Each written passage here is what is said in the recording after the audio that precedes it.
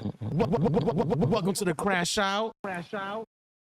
Yo, we back again, man. We back again with another episode of the Crashout podcast. What episode is this? I think it's 8, bro. 7 or 8. I don't know, bro. I don't know. But hey, man, we making waves out here. We're making waves out here. So, what's going on, y'all? We got some interesting things to talk about today. You know, there's been a lot of stuff going on in Speedstorm, especially today. You know, some stuff drop. You know, we got some big things popping with the new season about to start tomorrow, so that's gonna be lit. And of course, you got me, Nano Blaster, but most people call me Nano. I'm glad to be here again, and you know, here with my other homies, Mr. Caleb Blackflash. Introduce yourself. Yo, what's good, man? It's Caleb Blackflash, the Speedster Speedstorm, and yes, I will be coming out with a Speedster Speedstorm soundtrack. Just wait on that. But what's good, man? Hey, I'm excited, you know, to talk about, you know, the stuff we got today. I'm excited to talk about the solos tournament and kind of like how I did. I'm excited to talk about, you know, some of the nerfs and buffs, and you know, I'm excited for the next season, man. So it's gonna be a good episode. Yes, sir. Yes, sir. It's gonna be lit, man. It's gonna be lit, man. Mr. Angel. Yo. Let's go, chat. Yo, we got Only Angel in the house, aka the Poppiest Speedstorm. and we got a nice episode for you guys today. So without further ado, let's go ahead and get it on popping, y'all. We're about to go ahead, you know, play the little song that you guys like the most. So let's get it on.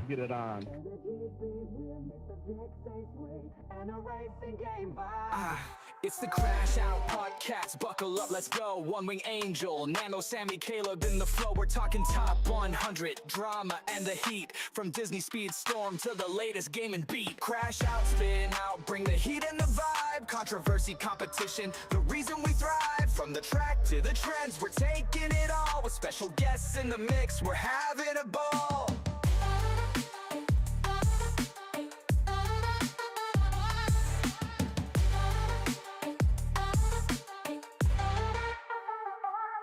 Speedstorm's the heart, but we'll branch out wide. Video games, hot takes, and the culture collide. Got a list for your mind and debates that ignite. Tune in, strap in, it's a wild ride tonight. Rev it up, level up, it's time to engage. The Crashout crew's got the voice for the stage. From competitive tips to the latest trends, we're crashing out big, this ride never ends.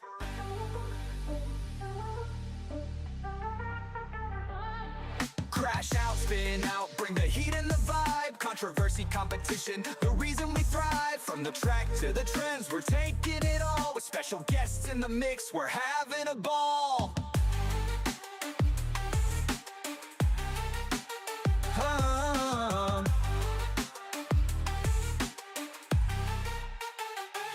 So hit that play button, we're revved and set. The Crashout podcast, the best one yet.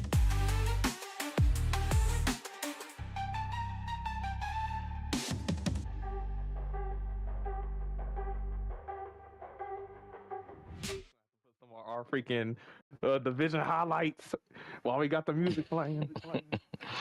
Yeah, man. We I'm not back. gonna lie, man. That shit is mad catchy, bro. It's, you know. That the craziest thing about all of this is when you literally got an AI song that's stuck in your head because it's catchy. You're like, hold on. That's when you know it's dangerous. That's when you know it's dangerous. See, that's why a lot of motherfuckers, you know, they afraid of the power of AI, man. Yeah, I'm not gonna hold it to you, yo. Like I do be bobbing my head listening to this song sometimes, and like I actually listen to it sometimes off stream just because yo, this shit is actually fire. And the beat is sick too. Yo, let me find out Angel about to replace his fucking playlist with full AI music, Yeah, bro. he got it in the rotation. He be driving down the street with this thing blasting through the neighborhood. You know what I'm saying? Like, Pulling up at like, McDonald's. I'm the pop of your speed star. Yo, All right, do you want to you want a McDouble? What do you want? That's you gotta funny, tell them man. Twitch partner on the rise, you know? Oh, snap. Yes, sir, man. Yes, sir. Man, but a lot of stuff happened today, man. Or I guess this past weekend, man. Let's get into it, man. Oh, and I do want to say thank you guys for everybody pulling up on the Twitch side as well as the YouTube side. You know, we appreciate all y'all, man.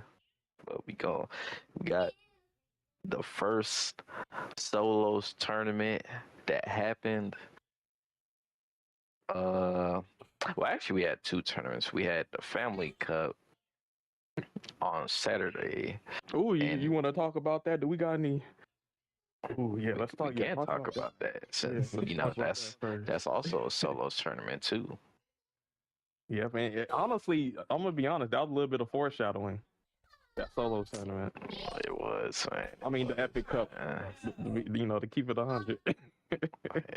It was, man. It was, but you know, you know, I think it's good that we shine light on all the tournaments, man, because you know, it really shows like, you know, what's going on, man. You know, something could happen in this tournament, and then another thing could happen in another tournament. And who knows? Maybe somebody could take over both, and you know, it look even better for them. So you know, we gonna talk about it.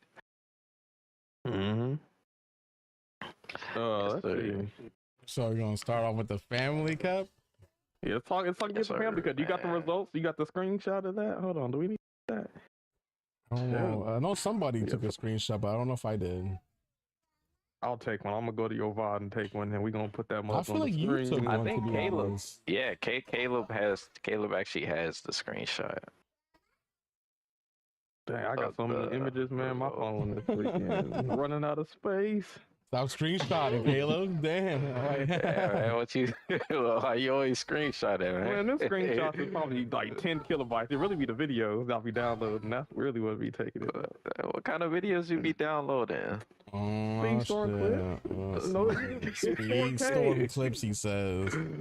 No, don't do me like that. It's 4K. Let's be honest. Whenever you save a video on PlayStation, it's automatically 4K. I'm like, yo, like them 4K videos take up space.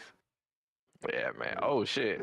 Before we start, I do want to let you guys know our homie Sammy will, at least from what he told us, will be running a little bit late to this episode. So if you don't hear him, yeah, maybe. So if you don't hear him right now, that's why he's, you know, he currently on vacay chilling, you know, in the Caribbean with the family. So, you know. Stop lying. We kicked them off the podcast. Be honest. Man, we can't add him to the team and then kick him off the podcast. That would be wild. Yeah. Man, you know, he might make an appearance this episode. We'll see. Basically based on what he got. How much fun he's having in Jamaica. That's what it's based on. Pretty much, man. You know, he said he's gonna be with a lot of family. So, you know, if you don't see him, you know, it's all good. It's always next episode. But yeah, just want to let you guys know about his whereabouts, man. Oh yeah, and Sonic, hey man, we'll get you on one of these episodes. What's it called? One of these days. What's it called? We got man. Yeah, today it's just the three of us. Yes, sir, man. Yes, But sir. yeah, so this was on Saturday. This was the day before the division solo tournament with 32 contestants. But Angel actually hosted his own solos tournament, and I think he gave the winners some rewards. And this was the results of the Family Cup. And you know, here we go. Hey, I'll name off the stats. So we had, you know, in 8th place we had an Awesome Gamer with 20 points. In 7th we had Absent Culture with 33. In 6th, we had KH Fan 90 with 39. In 5th, we had Nano Blaster with 40. In 4th, we had Valix with 51. In 3rd, we had Toxic with 55. In 2nd, we had Angel with 56, and at first we'd have Falcon with 66. So Falcon actually won the Family Cup. He won some rewards, and he won by a good margin. He won by, I think the closest person to him was Angel with 56. So he won by 10-point lead. So Falcon was really locked in for the Family Cup. So I don't know what got into Falcon all of a sudden. Or maybe he's always been on this level, but he was showing out. Awesome, He was showing out. Nano, what happened, man? What happened? He whooped your ass.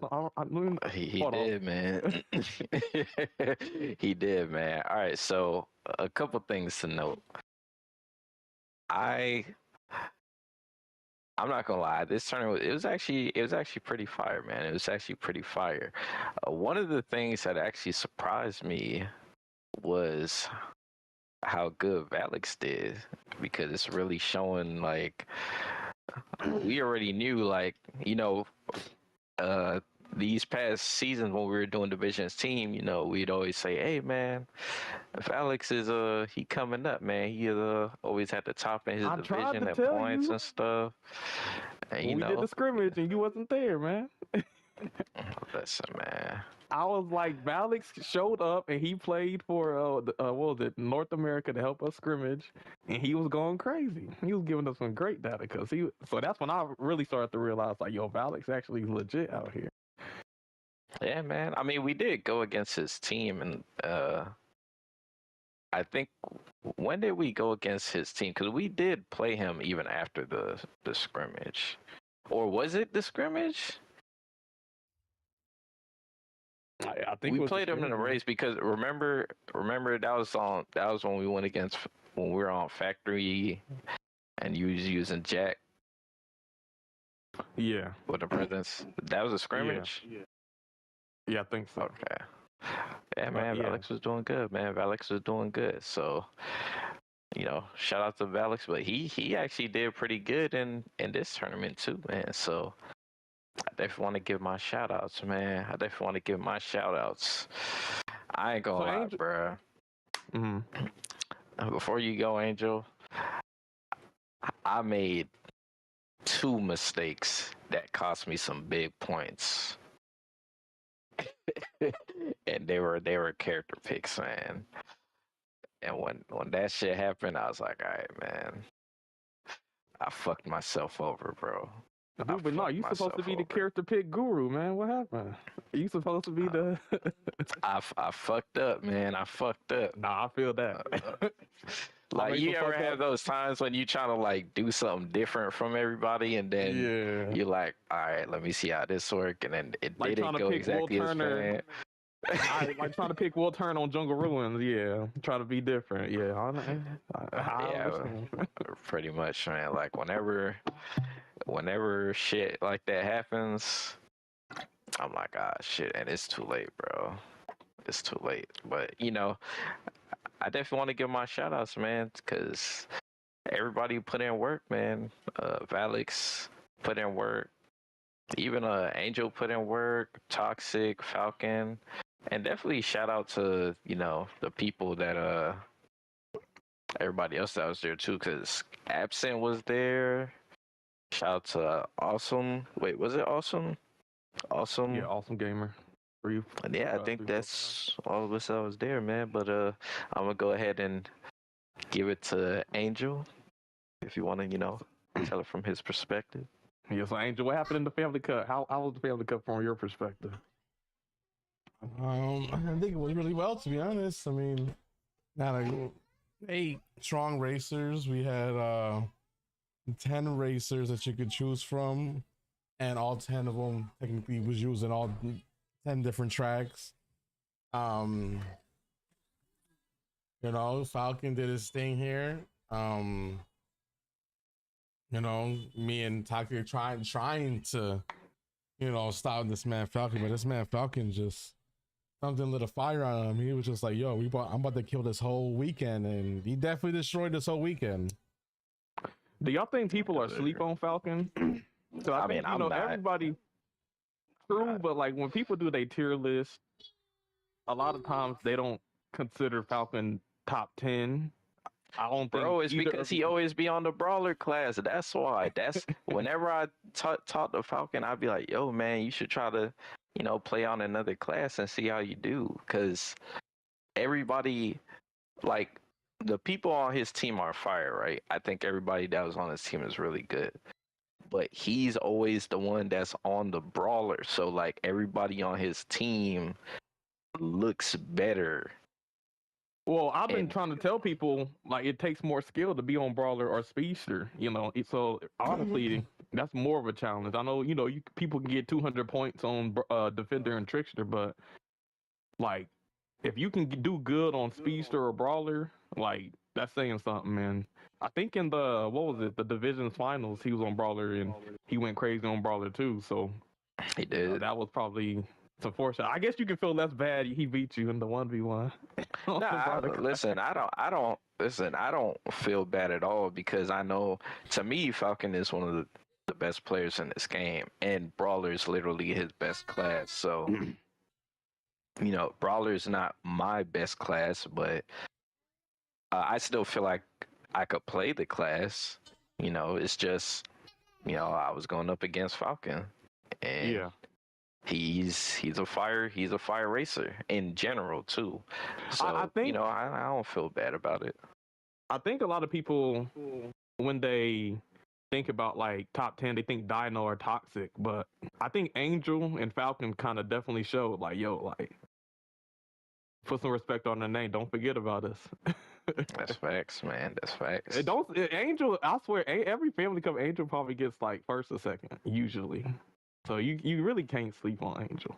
But it's funny that we're looking at the Family Cup because the Family Cup actually looks like the solo divisions tournament, the results, and so that's interesting, and we're gonna get into that. But yeah, you're basically that's what's up, man. Angel got second, Falcon got first, Nano got fourth or fifth or fourth. But yeah, that was the Family Cup results. Yes, sir. I wanted to be in this, but I overslept, y'all. I overslept. I woke up overslept, bro.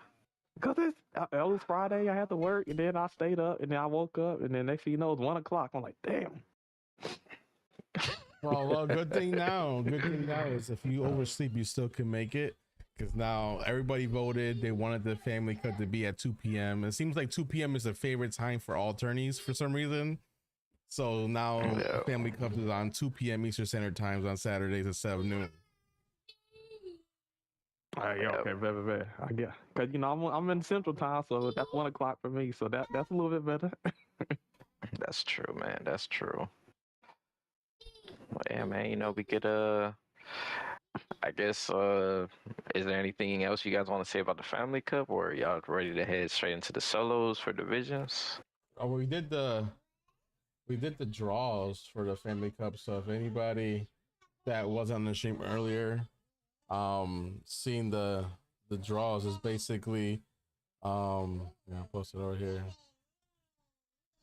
So we got Ennui, we have Wally, we have Swan, Will Turner, Stitch, Meg, Randall, Jack Sparrow, Aladdin, and Mickey. It's going to be the racers. Okay.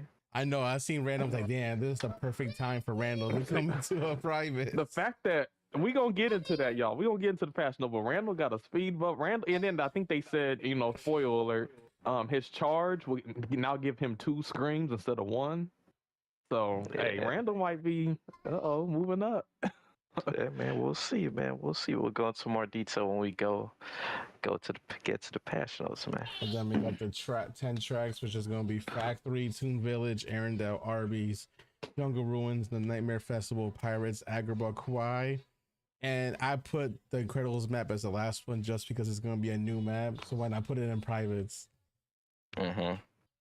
Okay, man. I ain't gonna lie. I ain't picked shit for none of the maps for none of the tournaments yet. I haven't either. There's been other stuff I've been trying to do, but I got to do my research real quick.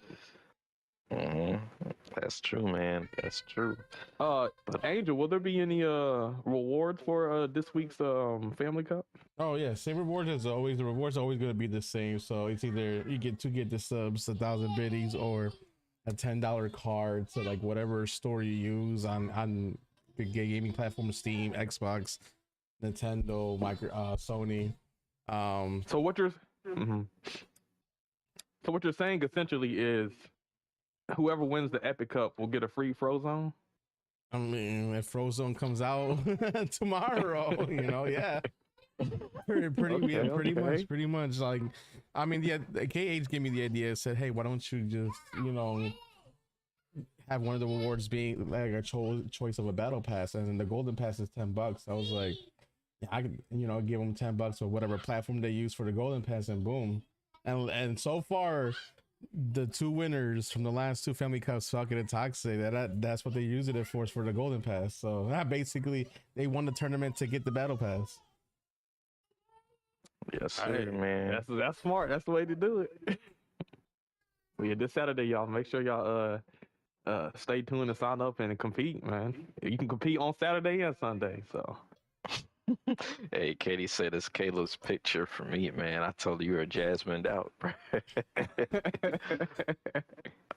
Man, I love him some Jasmine, man. I don't know what it is. I like the aesthetic. I like it. Like low key. I don't know if y'all ever played Prince of Persia: Sands of Time. Is that the 2D one? Nah, the 3D one. Metroidvania? We could reverse time. Oh, There was okay. another Jasmine look like in there. She was Farah. But yeah, that's a whole different story. But anyways, the solo tournament. Let's talk about it. So, this was honestly the biggest solo tournament in Disney Speedstorm history. It had the most amount of applicants with the highest level of racers. It was very sweaty and competitive, but it was in 4 groups of 8. And then they did like a drawing to put all of the racers in groups. I was in Group A. I think Angel, what were you in Group B or D? No, I was in Group D. He was in Group D, so on and so forth. But this was my group, and I actually ended up winning, which is crazy, man. It was me, Tyap, Lola Bunny, Maisie, Duck, Starmondo, Shenanigan, and Kylo Ren. And I think we're supposed to have somebody. Let's get into the nitty gritty, man. When you saw your group, man, who was you worried about, bro? Who did you look at in your group and you thought, yo, I gotta work like this dude. I gotta watch out, man. They might be able to take me out, man. Like, was there anybody in the group that like that? I might have got lucky because there was the groups of death, and I'm not saying my group wasn't a group for death for people, but the person I was really like worried about was Tyap, because I've already raced against Tyap on the Dons, and I know he's good, and we kind of go back and forth. I know, my Lilo versus his Lilo, whatever. But this time around, it was like, okay, we got to fight for the top 2 spots. So me and Tyap were kind of battling. I know he was using some of his stronger characters early, and he was kind of leading, and I was trailing behind by a few points, and behind me was Maisie. Maisie actually was putting up a really good fight, so I had to be on point, because if I wasn't on point, Maisie was going to get that second spot. But I just pretty much just stayed, stayed calm and, race my race. And by the last race, I think it was on Pirate's Life, I used Joy, and I ended up winning with Joy. And I think Tyap got like 4th, 5th, something like that. I don't think he got hit or something. And then I ended up clutching it. So I was very happy with my result. Because, it's funny, and I'm going to bring it back. This is the crash out, so we're going to bring up some drama. Has going to talk about, man, I think Tyap, he better than you. I think me and Tyap are better. And then it's like, hey, this was literally me and Tyap 1v1. Not, obviously there are other racers, but this is me and Tyap competing head to head. And I did get him. So whenever people say, you really think you're as good as these players? Yes, I do. I'm just going to bring that up again. So I ain't gonna lie. You set Caleb off with that one, man. He's trying to every competitive chance he get, he gonna try to prove you wrong, my dude. So I think that's good, man. I think that's good, man. But shout out to Caleb, man. Caleb been putting in work, man. He's been showing that he could compete with the best, despite what some people have said. But hey, that's Group A, man. Group A. I will say something. You know, Shy. I know. You know, I respect the fact that Shy, you know, competed. One of the few females that competed in the first solos tournament, and she ended up getting matched in my group. So that was kind of funny. I was like, Shy, don't knock me out. Don't knock me out. But she actually won a race. She won with Yeah, Ariel. she did. So She did. don't sleep on Shy. That's true. That's Well, true. thanks. Yo, Shy, thank you for that raid as well. Ooh, nice. But yeah, no, Caleb did his thing on Group A. You know, Caleb tried to tell everybody. What do you thought this was? And then he told them, Welcome to the crash out. you know what I'm saying? That's all I gotta say is Caleb just, you know, did his thing and tried to and proved everybody wrong. Like, you know, Caleb can hang with the best of the best. Yes, sir, man. Yes, sir. I do want to give a shout out to everybody that's in the group, though. Shout out to obviously Caleb, Tyat, Lola, Maisie, Starmondo, Shy, and Kylo Ren. Yeah. You know, it's not signing up for a tournament, especially one like this. You know, it's not a lot of people cut out for this type of action, man. So definitely shout out to everybody that entered. I will always want to shout out everybody that entered, man. Got to shine some light on everybody. He's gonna say something. I don't know if it was Caleb or Angel. Oh, yeah, Not me. Not me. I'm just loading up the Group B right here. Yeah, so that was to reduce the Group A, but now we're going to get the Group B, and this was Falcon's group, which had a lot of good players in it. But as we saw in the Family Cup, Falcon was ready. So there was a Nepturus, there was Galvanator, Rafnu, Sonic Anarchy, Ferrari, Goblin King, and Falcon. So I think the top two who ended up coming out of Group B was Falcon and Ferrari. So, you know, some good racers like Sonic and Goblin. They put up a fight, but unfortunately, it's only top two. So that's what I'm saying about these groups. There's going to be a lot of, like, you know, quote unquote top players that might get left out. You know? Damn. That's kind of the nature of the game, man. You know what I think? I think as the tournament, you know, maybe one day they might make it a bigger tournament, man. Have 40 plus in there, and you never know. 64? We might have to. It's a possibility. We might have to make it to a playoffs too before we get to the final. That's how the Epic Cups were. So, you know, that might be something to take into consideration. So now it's top two, but you never know. It might eventually be top 3 or 4. So, Yep. So yeah, that's why you always want to. Oh, go ahead.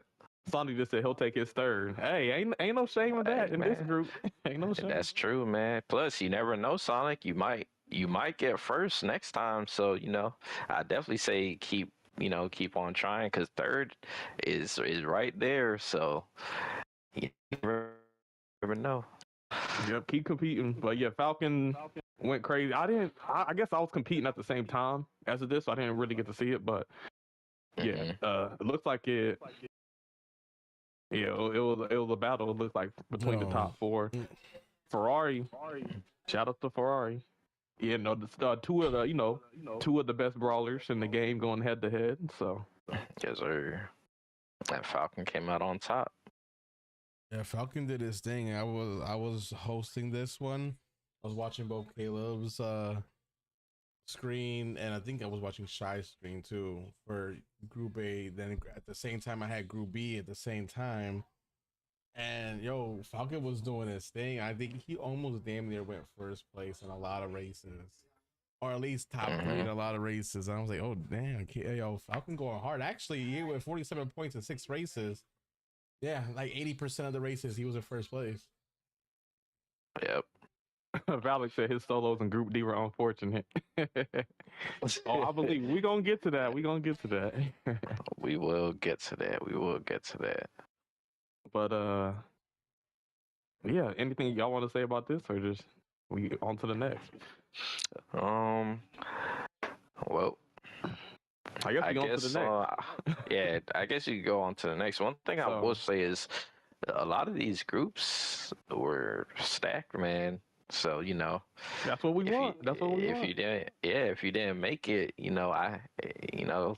I would say don't really feel bad because it's not easy with all the Keep competition. keep competing, and keep Yep. entering. Cause hey, some of y'all favorite racers didn't make it to the finals, so it ain't easy, but it's fun. It's fun going against competition and really testing yourself. So Yep. Yes, it is. so Yes, this was it Group is. C. This was what people considered the group of death because there were so many top players. Somebody was gonna get left out. So in this group, we had BRZ Wolf, we had Dino, Cosmic Drifter, Absent, Hot Pockets, Game and Watch, Ghost Viper, and Cedric. We got a bunch of top 20s in this freaking group right here. Like, it's kind of crazy sir. that this group was a thing. I feel, yeah, it's kind of wild. Hot Pocket, you tried. Absent, you tried. I see you. y'all was going to get the big dog. Yeah, man. So- Apparently, that according to what the people were saying, apparently Cedric's always in a group of death, and that one looking kind of group of deathy to me, man. Hey, but Cedric is one of the reasons why I was a group of death. He actually was doing good. I think at some points in the race he was ahead of Dino. So Cedric actually was doing good. Oh yeah, That's man. true, Yo, man. this was a very, very sweaty bout. Like to the point where it came down to the last race for the second place. And Wolf takes it by 2 points. Like that's how close second place was. That Wolf takes it by 2 points. Yeah, bro. And yeah, he had to fight for that one. He definitely had to make that count. But yeah, I mean, and then Cosmic Drifter, man, Team USA, former Team USA member, we know what he's capable of. So that's why I was just like, ooh, Cosmic's gonna. It's gonna be interesting to see what happens with him. What's it called? Yes, And then obviously Dino, former member of the Snipers. So we had a lot of our former teammates just going head to head. So it was kind of interesting to see that matchup. Let's see like our former teammates compete, Hot Pockets, Cosmic, and Dino, and kind of see where they stack. And for me, that's what I was kind of thinking. Okay, okay. Caleb, Maisie said in a Twitch chat, he said it was good to be honest. And GG's, Caleb. And Yeah, GG's. Hey, Maisie was on my ass the whole time. I had to do my sabotaging this to try to get Maisie off me. But yeah, Maisie definitely. I gain respect for Maisie. When it comes to skill, because I see what you're working with, man. I see what you're working with. I actually think Maisie is an underrated player. Like, Yeah. A lot of people kind of just see him as like a Daisy main, but Maisie's actually one of this game's best players, in my opinion. So, keep putting in that work and showing up in the tournaments, man. You might Maisie will make a final one of these days. I can see yeah. it happening. So. Yep. I think so too, man. I think so too. But yeah, in the group of death, Dino and Wolf ended up being the top two that made it to the finals. It was a crazy fight. So make sure y'all check out the VODs of that. It was. I don't know anything else y'all want to say. GG On the group C. Dino. Hey, man. Like I said, shout out to everybody that participated in that group. Shout out to Wolf, Dino, Cedric, Hot Pockets, Cosmic Drifter, Absent. Who else am I forgetting? Somebody? Did I say everybody? I feel like I'm forgetting somebody, bro. Now this was Angel's group. Game and Watch. Game and Watch. There it is. So yeah, this was Angel's group, and honestly, people said Group C was a group of death. Group D was a group of death as well. We had 8 strong racers. We had Has Quinho, Tofiness, Valix, One Wing Angel, Rugal, Tom 4K, Micromass, and Toxic. Like, yikes. Yeah. That's a sweaty lobby. That actually might be more sweaty, or a lot of people more closer to skill than maybe Group C. In Group C had a lot of good people, but this one, like, I think honestly, I'm gonna be honest. I think Hayes Quinho caught a lot of people off guard because a lot of people don't know this person. Falcon told me to watch out for this person literally a couple days before the tournament, or like the day before the tournament. He was like, "Yo, man, like this dude is actually really good." And I was like, okay. And now seeing what he did in the tournament, man, definitely got the eyes open, man. So Hello, Luna. He was on this shit, man. He was on this Hey, shit. that's one of the things where people like, oh no, this player's number one or this player's number one. Whole time is Hayes Quinho. Whole time he the best player in the game. Everybody saying everybody else's name or something. But no, Yeah, he, man. Has Aquino? That's I think that's how you say the name. Hazakino. Okay, I'll say that right. Hazakino. Okay. Yeah, I didn't know who Hayes was. Apparently, Hayes is an OG player, like from season 1, according to Crusher. So like this was a good player since like the OG days. And I didn't recognize the name because I didn't really play, against them a lot. I don't know if they just been playing ranked and this is the first time they're coming back to competitive. But I will say, that person earned mad respect for me because like I didn't know who they were, and they were like balling out on the races. I'm like, yo, this person's a problem. Yeah, man. Angel was sweating. He's like, I'm not gonna make it out of Group D. Hayes showing how the OGs still got some power, man. Still got some powers in the OGs. I know we make fun of the OGs, but no, there's some good OGs, man. And just like Caleb, your boy Angel was the one that won this and got first place in Hey, Group let D. them know. Talk your stuff. And Yes, we were sir. going against guys like Rugal, who's an amazing ass player. We got Hayes, which is a top tier player now that we found out. Toxic, Toxic was number 2 on my list. And Toxic didn't even get to make it to the finals. By 2 points, Hayes took it from Toxic.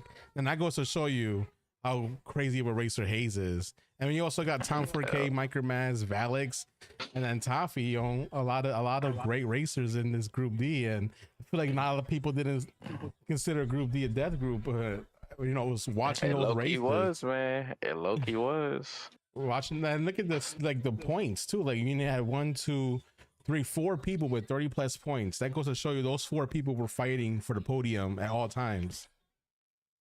Yep. Yeah, and this is the more confirmation. People think that Angel is just good because he has maxed out characters, but Angel is showing in a regulated lobby, no crew, everybody on the even playing field, that he's standing out above the competition. So it ain't the Yes, crew that sir. makes him good. He's actually a top player, top 10 player in the game, and as you can see from the results. So shout out to Angel for making it out of this group of death. That's actually a testament. That's actually really good. It is. It is. Don't sleep. Oh, I do want to say this, man. I don't know if y'all saw the team signups, but actually, Hayes and Mateus, signed back up with the Brazilians, man. So it's Yeah, gonna good. be sweaty Dude, up that's there, gonna man. be even more sweaty, dude. 'Cause You talking come on, about for that divisions? was for divisions. Yeah. Oh, the Hayes is gonna Brazilians are gonna be a part of the- problem. Oh, So snap. Wolf, Rugal, Michael Douglas, all of them, none. That's gonna be crazy. Oh, We're gonna have to put out some more mic magic or something. Hopefully, the new Incredibles map has some exploits where I can get the mic doors going again. But we'll see. Yeah, man. But, Hey, our team gonna have to be on our P's and Q's, so it's gonna be a test. But we gonna be ready, man. We gonna be ready. Yep. So these were the top 2 in each group made it to the finals, and then the finals was 10 races. You can only use a character once. So I think the group stage was only 6 races. So you only had to figure out 6 characters to use. But this one you had to spread out your characters, your good characters a little bit. So there's a little bit more strategy to it. It was 10 races, but this was the final result. In 8th place, we have Ferrari with 36 points. Tied for 6th place, we had One Wing Angel and Caleb Black Flash with 40 points. In 5th place, we had Wolf, the Brazilian Wolf, with 42 points. In 4th, we had Tyap with 43 points. So 4th through 6th was really close between a few points. In 3rd place, we had Kiniho with 51 points. I butchered it again. And then in 2nd, we had a Dino with 52 points. And then in 1st place, we had Falcon with 56. So in the biggest, hardest community, solo tournament, Falcon is the winner. Falcon's on top. So, shout out to Falcon. Yes, sir, man. Yes, sir. Everybody was saying Dino is Maxi 2.0 or the new Maxi's His burner burner account. count out. And Falcon said, I don't care about none of that. Falcon and He 10. did, man. He did, man. He did. Uh, That's wow. what's up, man. Listen, I did say that, or we did say that whoever won this tournament is gonna have crazy bragging rights. So I ain't gonna lie, man. If we being honest, Falcon could low-key talk his shit. He could low-key talk his shit if he want, man.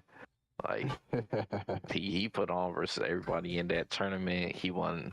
Not only did he win that one, he won the Family Cup too. So he like, yo, I'm solidified, bro. Hey, somebody could literally say he a top 5 player in this game. So I mean, who gonna press him? Who gonna press him? Me. I'm happy he won. I'm happy he won because you know what? Me and him have competed a lot in these tournaments, and I've gotten one-ups on him sometimes. So I'm like, if he can do it, I can do it. So that's facts. It's like the finals looking like it's really a lot of people's for the taking. Like it's a lot of talented people in here, so we don't see, man. Falcon got his W, man. So. We got 3 more before divisions teams start back again. Just so y'all know, if y'all want to compete in divisions, make sure you sign up. Just because the first one, let's say you didn't get out of the group, you can still. There's 3 more solo tournaments you can compete in. That's not the only one. There's 3 more before the team starts. So make sure y'all sign up. I think the sign ups we got 32 players. So hey, hey, we still got enough, but hey, maybe like Nano said earlier, it can be even bigger than 32. Who knows? Also, if you forget to sign up, don't think that you want to be able not to come into the tournament because there's last minute people that back out. I remember the day of this tournament, there was still one person that could have made it to Group B, I believe it was. So. If you're on your P's and Q's or you're watching one of these streams and they say there's a spot open and you want to come in, just, I'll join. Boom. And you could be the 8th person. Yep. Like you saw my group, somebody was missing, so you never know. Well, to be fair, somebody in your group quit. Hey, you putting in that work. Some people realize oh shit, I ain't gonna be able to get out of this. So I called that shit out. Like after a couple races, and they backed out. I'm like, they're not coming back. Like they gave up. Like that's it. It's an eye opener, and I'm not trying to. This is why I'm not saying no names, and this applies to everybody. I think some people get like an eye opener competing in some of the solo tournaments because they're maybe in rank. They feel powerful because of the crew or because the character's maxed out. So then when they get in a more of a regulated setting, it's kind of like, well, damn, what's going on? Why am I not doing good? I usually do good in rank. What happened? So I don't know if it was a little bit of that, but yeah, they ended up quitting, man. Oh, yeah, That's man. A big possibility, man. The private lobbies. We call those the ego deaths. He called those the ego death lobbies. Yeah, man, but I don't remember who it was that quit, but if I was to give some word of advice, I feel like you should stick it through, man. Even if things aren't looking good, things looking grim, you made some bad choices, you getting fucked up in the matches, or maybe it's just not your day. I still think from doing the races, you could learn a lot from being in those races instead of just quitting out. So when you quit, then it's, you're not retaining all the information. You just giving up, man. You just giving up cold turkey. You gain experience from losing. I'm telling you, because if you just keep trying. I mean, look at whether you playing Dark Souls or Elden Ring or Black Myth Wukong, you're gonna die a few times, but eventually, if you keep trying, you're gonna figure out the pattern and figure out what you're doing wrong and get better. So yes, sir. Anybody who enters a tournament, I would never propose them to quit, no matter how hard they're gonna be. Because if you put it in this perspective, no matter how many people enter a tournament, only one person could win. So theoretically, everybody, 99% of the people are losing. So just gotta decide what you want to do. You want to try your best no matter what's going on, or you just want to get beat down, quit, say it's not for you. I just feel like you would come back better as a stronger player if you tough it out. But that's just my opinion. That's just my opinion. I agree. Even in my streams, people ask, how do you get better in this game? I mean, I can always tell you guys to watch somebody, but honestly, my best advice, and this is my advice when I play games like Rocket League and other games too. If you don't play with the best of the best, I feel like when you play with the best racers in the world or the best players in the world, you naturally get better because you're learning how the best players play.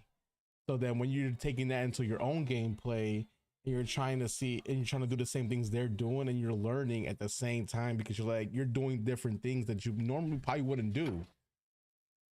And boom, and then you start getting better. That's But I do with this final. I do want to talk about my experience in the final. It was night and day, kind of from the group stage. Being with 7 other racers that are best players in the game and on your level, that shit was hard. Every mistake mattered.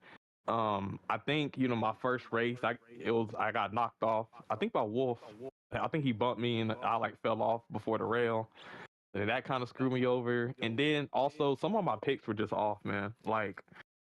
The thing that made it harder because there were limited picks. So when it's 6 races, I could just use all of the strong characters for the 6 races. But when 10, you had to strategize which track you were going to use your character on. And I think that made a difference. I tried to force Will Turner on Jungle Ruins, and I ended up getting last place. And so that could have been points I could have got, you know what I'm saying? But I should have just chose Ariel and we had an aerial battle. But just choosing the wrong character, making a mistake can literally be the difference between 4th and 7th. I actually was trailing last. I think me and Ferrari were having some issues, but I think for me, I saved my aerial pick towards the second to last race, and then the last race I had Bell and I got second. So I strategized a little bit and saved some of my strong races towards the end, but I don't know. It wasn't looking good for me for a little bit. So I'm actually happy I was able to come back and tie with Angel and get 6. I was like, I can't get last. All that talking number 1 and getting last in the first one, no. So shit, I mean, I will say in this lobby of 8 people, I will say a lot of these people are in my top 10 list, and in my opinion, these are probably arguably 8 out of the top 10 racers in this game currently right now. And having a lobby of all 10 of these guys, look at the points. There's nobody that really had that big of a gap in points. There was 5 people with 40 points, 3 people with 50. Literally goes to show you that everybody was pretty much battling for the podium at all times. Yeah. That's true, man. That's true. I mean, in my personal opinion, I don't think anybody should feel bad about, struggling in that type of environment, because when you have everybody that's good and knows what they're doing, it's going to be tough, man. That's just not, you don't come in the finals and it's going to be a piece of cake, man. So, hats off to everybody that made the finals, man. I know one thing. I'm gonna do my due diligence on making sure I choose better in the next one. I pulled a nano. Caleb say he learned. Caleb say he learned his lesson. Hell yeah, I know that. Yeah. I think it was one of the races. Man. It was 7 people chose Kermit, and then my dumb ass was like, "Hey, let me choose Eve and see what happens." Dude getting slowed down all rip. Yeah, the whole race. So yeah, it was.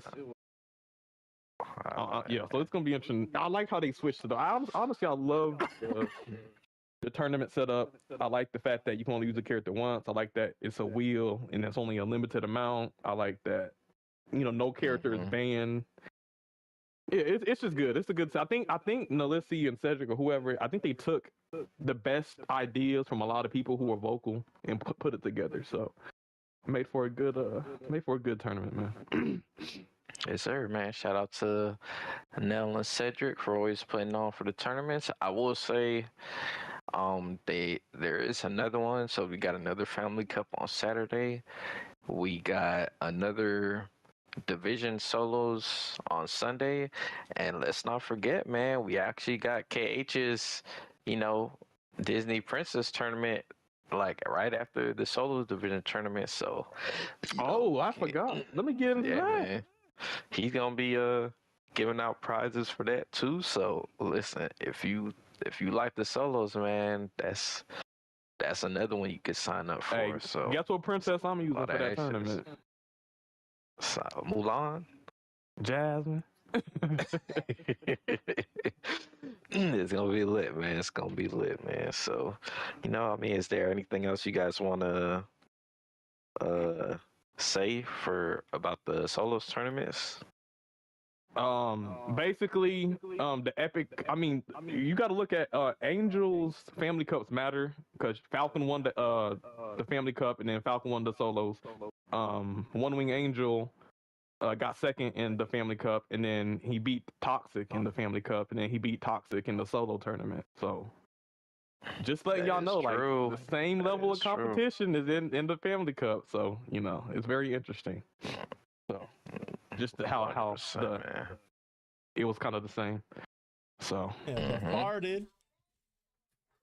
Yes, sir, man. But yeah, yes, that was the solo. Well, I'm ready for the tournaments this weekend. Pretty much, man.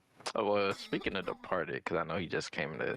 I know he's in the Twitch chat right now, but I want to give us a special shout out to Mr. Departed because he just recently got all of his characters to UC, man. Got all his characters to UC. Hey, good stuff, man. Yes, and sir. he's not a wet. He gets it out the mud. You know what I'm saying? He grinds the ranked. So I respect Departed. Yeah, I will say, despite everything that goes on in the community with Mr. Departed, I do think Mr. Departed is a very strong racer. And he backed out of the last solos tournament, which was unfortunate, but he signed up again for this one. So we gonna see, man. He's looking like he's trying to put in some work, man. Oh, we got to get to the Hey, my bad. I didn't mean to interrupt.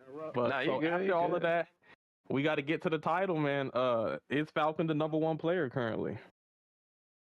It's a possibility. It's a possibility. If we're going off of The Family Cup, the Solo Cup. Yeah, since I'm was in Smash like competitively, every season we'd have like a PR, and that's like power rankings, and basically if you based on the tournaments, whoever has the best results would be named as the best player currently. And so far, if we were to do a power rankings right now, he would be #1 so far, especially if we're gonna buy the solos tournament. So he would technically be the best player in Speedstorm right now. I will say the power rankings or list wise, Hayes and Falcon definitely moved up into the top 10 spots, like off of the souls right there. Hell yeah, bro. That's factual, man. That's factual. He said Toxic gonna be mad when he see Falcon over his name. What? Who said that?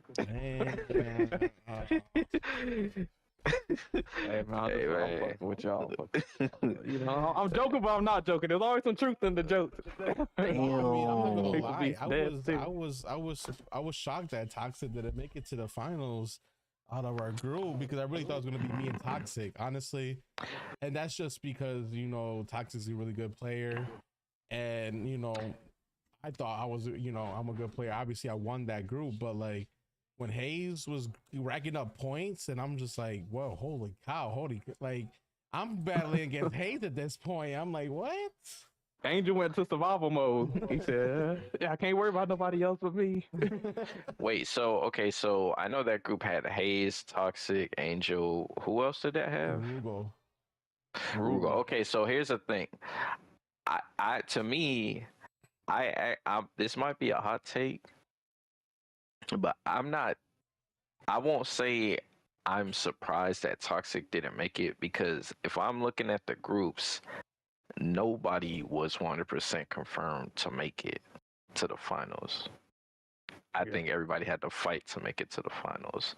And if you made it, you know, you was on your shit. You know, that being said, you know, I feel like there were definitely multiple people. Now, Hayes, he just got me by surprise.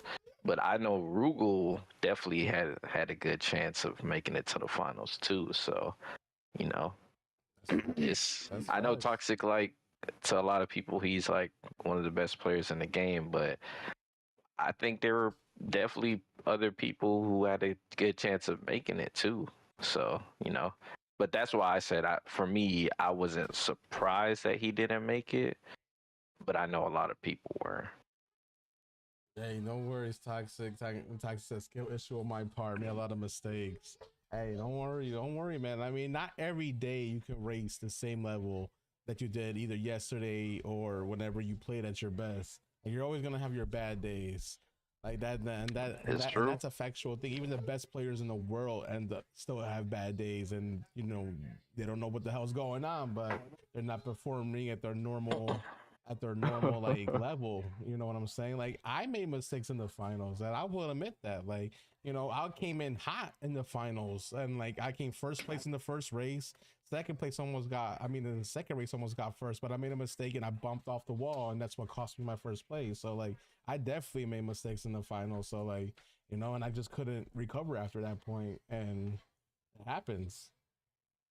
This is factual, man. This is factual. But hold on. I want to say something. So basically, what you're saying is, the number one player in the game is also the number one Hans, because Falcon also is the best Hans in the game too. That's very interesting. Hey, listen. I guess proof is in the pudding now, man. He could actually, you know, number one character and the number one player are the same. That's wild. Hey, man. To be fair, Falcon said he liked Hans before he even like fucking got the buff. So, you know, he a OG Hans, man. So, you know, I respect it. But, you know, I guess so, man. I guess so. Speaking of Hans, anybody trying to segue, man? Anybody trying to Speaking segue? of, hey, that's the segue, man. Speaking of Hans, man, there's some stuff that happened to him. His power levels went down, man. Disney Speedstorm, they're like, yo, we can't let this number one Hans stuff go for much longer. We got to do something about it. Mm-hmm. Oh, no, this balancing list is pretty spicy, though. If you haven't seen it yet, you know, we're about to go through it now. And let me tell you, next season, starting tomorrow, this meta is going to shift. And I can't wait to see how everybody performs with these racers that normally, you know, either don't do well or, you know, their top speed was low and now it's not going to be low. So I'm curious. Me too, man. Me too. Let's get into it, man. What the patch notes looking like, man? Yeah, let's give our thoughts. Go through this list and give our thoughts. So yeah, let's go. First up, Sally. Okay, so Sally, the aura size has been reduced by 20%. The skill duration has been reduced by 2 seconds. So my initial thoughts are that don't change nothing.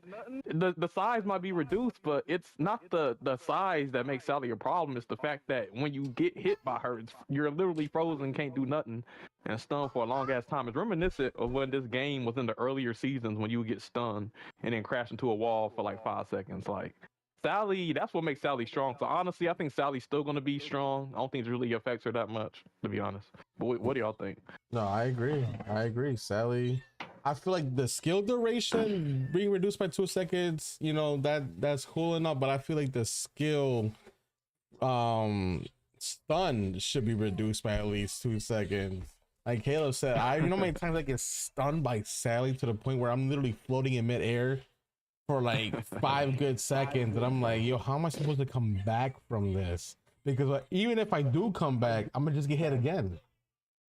And it's like, yo, if Sally's front running, it's literally hard to pass Sally because Sally's getting that and she's getting cloaked, and it's like you can't really hit her, and if you try to pass her, she'll just slow you down again. And if you do manage to pass her, she's a defender, so she probably gonna catch you anyway. Come back. She's gonna be on your ass. She's on your ass. Yeah, but I agree with you guys, man. That she's still gonna be a menace. I don't think that this really changes anything, honestly.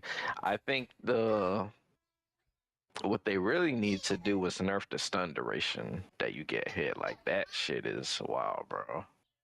Like it's just too much. Yeah, because the difference between Sally and like Sadness or Celia May is like you get slowed down by Sadness or Celia May. Like you still have control over your vehicle. You can still turn, you can still use an item or whatever. But when you're frozen by Sally, you literally can't do anything. You can't use an item, you can't move, you can't boost. So that's why it's a little bit more, of an issue. Yep. Yeah, facts. That's facts, man. Like the slowdowns for everybody else, they're manageable. They really are manageable, and you can, like you said, you control your car. But as soon as you touch that Sally thing, you're literally losing control of your car. Your car is going on, and if you're drifting, oh, that's it. If you're drifting while you get stunned by that, you're literally going against the wall, and that's it. Your race is pretty much done for it. 100%. Well, 100%. Speaking of an annoying character like Sally, we got the next racer, and that is Hector Barbosa. And guess what? He does not get nerfed. They're like, here's what we're gonna do with Barbosa. We're gonna change the color of his skeletons. That's gonna be the nerf, y'all. Like, bruh, he still has to slow down. He still has the speed. He still got all that going for him, the invulnerability. So Barbosa, he's still winning. Which one of the reasons I think they not nerfing him is because he's situational. And I keep saying this, like, he is S tier, but I think, like, if you can get ahead of him, if he doesn't get good RNG and you take off, like, he kind of can get left. So I wonder if maybe they're considering that. Yeah, but I don't think that's gonna be a normal occurrence, because that's only if I feel like you could kind of do that if you're playing ranked and the lobby's low. Because let's say you do get ahead of him, right? There's 6 other people in the lobby that's gonna be getting slowed and giving him his speed. So you might be able to get away, but he's still gonna be catching up to you though. Because Game Loft supposedly just goes off of stats when they decide to nerf or buff just ranked stats or whatever. Like, maybe Barbosa doesn't seem strong to their stats because a lot of times in the ranked lobbies it's maybe like a 1v1, a 2v2, a 3v3. But when Barbosa's in like a lobby of 8 people and it's a solo, he powers up even more. He's one of those characters where he benefits from more players being in the race. So I honestly, I think that skews a lot of their data. The fact that the ranked lobbies are often like 1v1s and 2v2s. Like, that shit kind of crazy. I agree. I think that's you can't really properly like assess data like that when the lobby's not, it's not advanced. Yeah, it's not. So I don't know. Because long story short, let's say I'm Joy and somebody's Barbosa. If I take off with Joy, guess what? Barbosa can never touch me again. But if it's like a lobby full of 8, he's probably gonna get me. So that's kind of whatever. But Barbosa's still strong. I don't know. Anything else y'all want to say, Angel, about Barbosa? I mean, I agree with everybody. I mean, I think Barbosa, a lot of people think he needs to get nerfed, and I don't think Game Loft looks at the right data, because I mean, if you're comparing ranked team mode, like you said, 1v1, 2v2, I mean, if you're on a 1v1 and the one person's ahead of you, you're pretty much done for, because you're not getting uncursed. And then 2v2, you might get lucky and somebody's shelling behind you to try to catch up, but like when there's not enough racers where you can hit his ability with, he suffers. But on an 8-man lobby, you got 7 other people you can hit with. You know what I'm saying? So, I mean, maybe, if solos was actually viable, they will have better data because they'll have more players, cough, cough, you know, to actually see how dangerous Barbosa can really be. Yeah. Rip solos, RIP solos. They never coming back, bro. After champ, solos is dead, unfortunately. Yeah, man. Solos. I mean, I like teams, but you know, sometimes people want to get some solo action in, man. Sometimes you don't want to depend on, you know, faulty teammates that you can't have no faith in. Yeah, exactly. All right, so next, you know, the nerf we've all been waiting for. We got Racer Hans. Hans, people always been trying to figure out how are we gonna nerf Hans? How are we gonna do it? Well, I guess they finally listened to y'all cries and y'all pleading, and they nerfed his top speed, so he won't be able to go 170 miles at 67. I don't know what was the top speed it was. You know, A maxed out Hans goes 166. 166. Ooh, that's pretty good. So he no longer will go 166. It's probably gonna be something low. I'm curious to see how much they nerfed his top speed though. That's what I'm curious. Oh, I'm gonna be checking tomorrow. Me too, bro. Falcon put all of the stats of the racers in my Discord, so I got it pinned. So we about to see, because you know they might. One thing I know about Game Loft is they might say they made some changes, but realistically they could have changed somebody's stats by like 40 points, bro. Like Oswald, when they buffed Oswald's top speed, it was only by 40 points. Yeah, like come on, man. Instead of going 135, you're going 135.5. Yeah, like like what the fuck? What the fuck was even the point, bro? That's like when you're working at a job and you're working minimum wage, and they're like, "Hey, we're gonna give you a 30-cent raise. Congratulations!" Like, what the fuck am I supposed to do with extra 30 cents? Okay, $6.60. Got it. Yeah, it ain't really much, man. It ain't really much. But do y'all think this was the way? Or do you think that the issue with Hans is his ability that gives him invulnerability? So I think it's both. Now I think the main culprit is his invulnerability, because before he had that shit, I ain't gonna lie, nobody was complaining about Hans. But I do think the top speed buff needed to get dealt with too, because it's one thing being invulnerable, but it's another thing being invulnerable and the fastest character in the game. So those were two spots that needed to be hit. Hans at one point was Exodia, because he had top speed, he had backfire before backfire was nerfed, where he could stun you over and over. He had high combat stat. He was invisible. He had a lot going. He had a blue shield with the arrows. He had a lot. This is true, man. And then Alex is saying, why isn't he a mid-weight racer? That's all right. Like, you know, big booty Ursula, she got more weight than Hans. You know what I'm saying? Why ain't she the fastest character in the game? For real. Why are they nerfing people? Why did they nerf people like Sully's top speed? And then, like, you know, why did it take so long for them to nerf Homeboy's top speed Hans?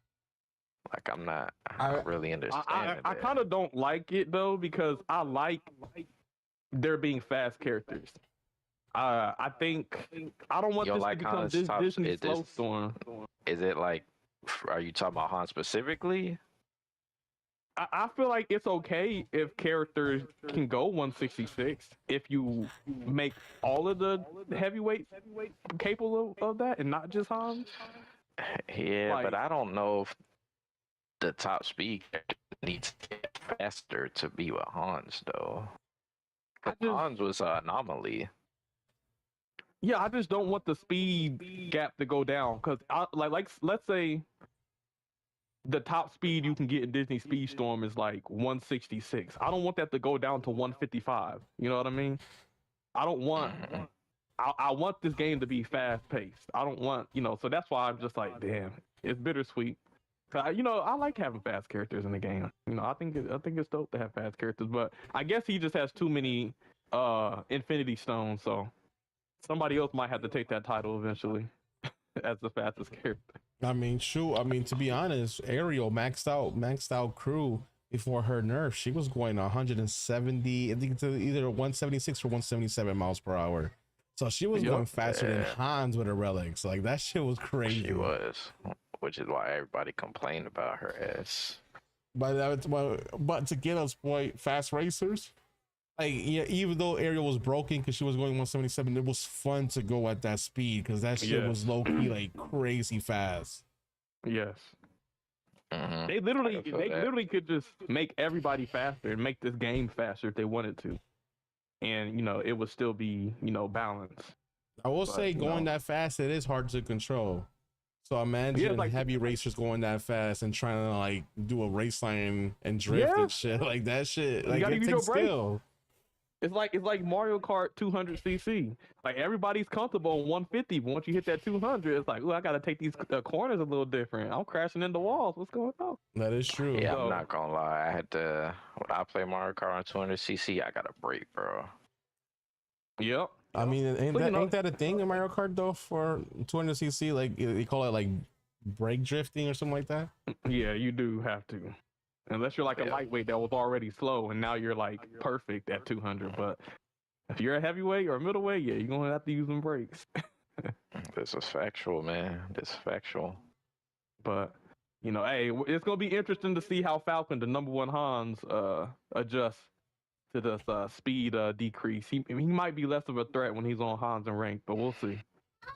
We'll see, but I don't think, in my personal opinion, I don't think Falcon needed Hans, bro. I think he's a threat no matter what character he uses. Yeah, because we ban him all the time, so he's proven he don't need Hans. Yeah, man. But Shit, speaking I of, just raced Mhm. Falcon in rank literally last night, and it was my Ursula versus his Shane. We was going at it, man. We was going at it. okay. Shang buff? Nah, that's not.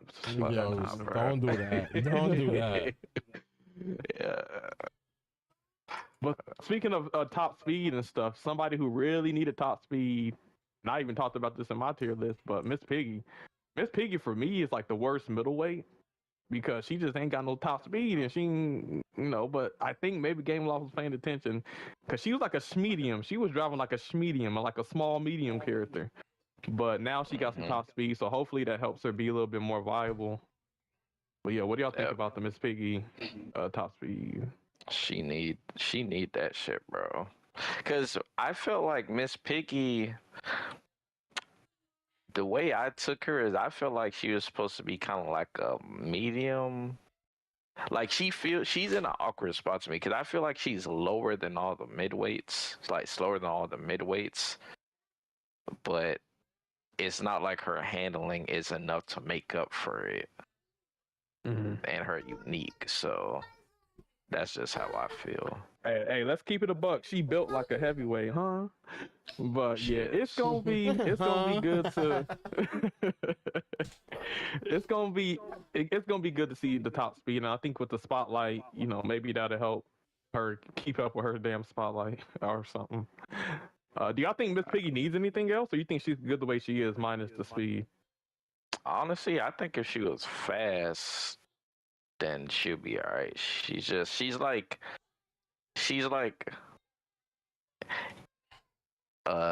in disguise as a hybrid. She's like in between a hybrid and a lightweight to me.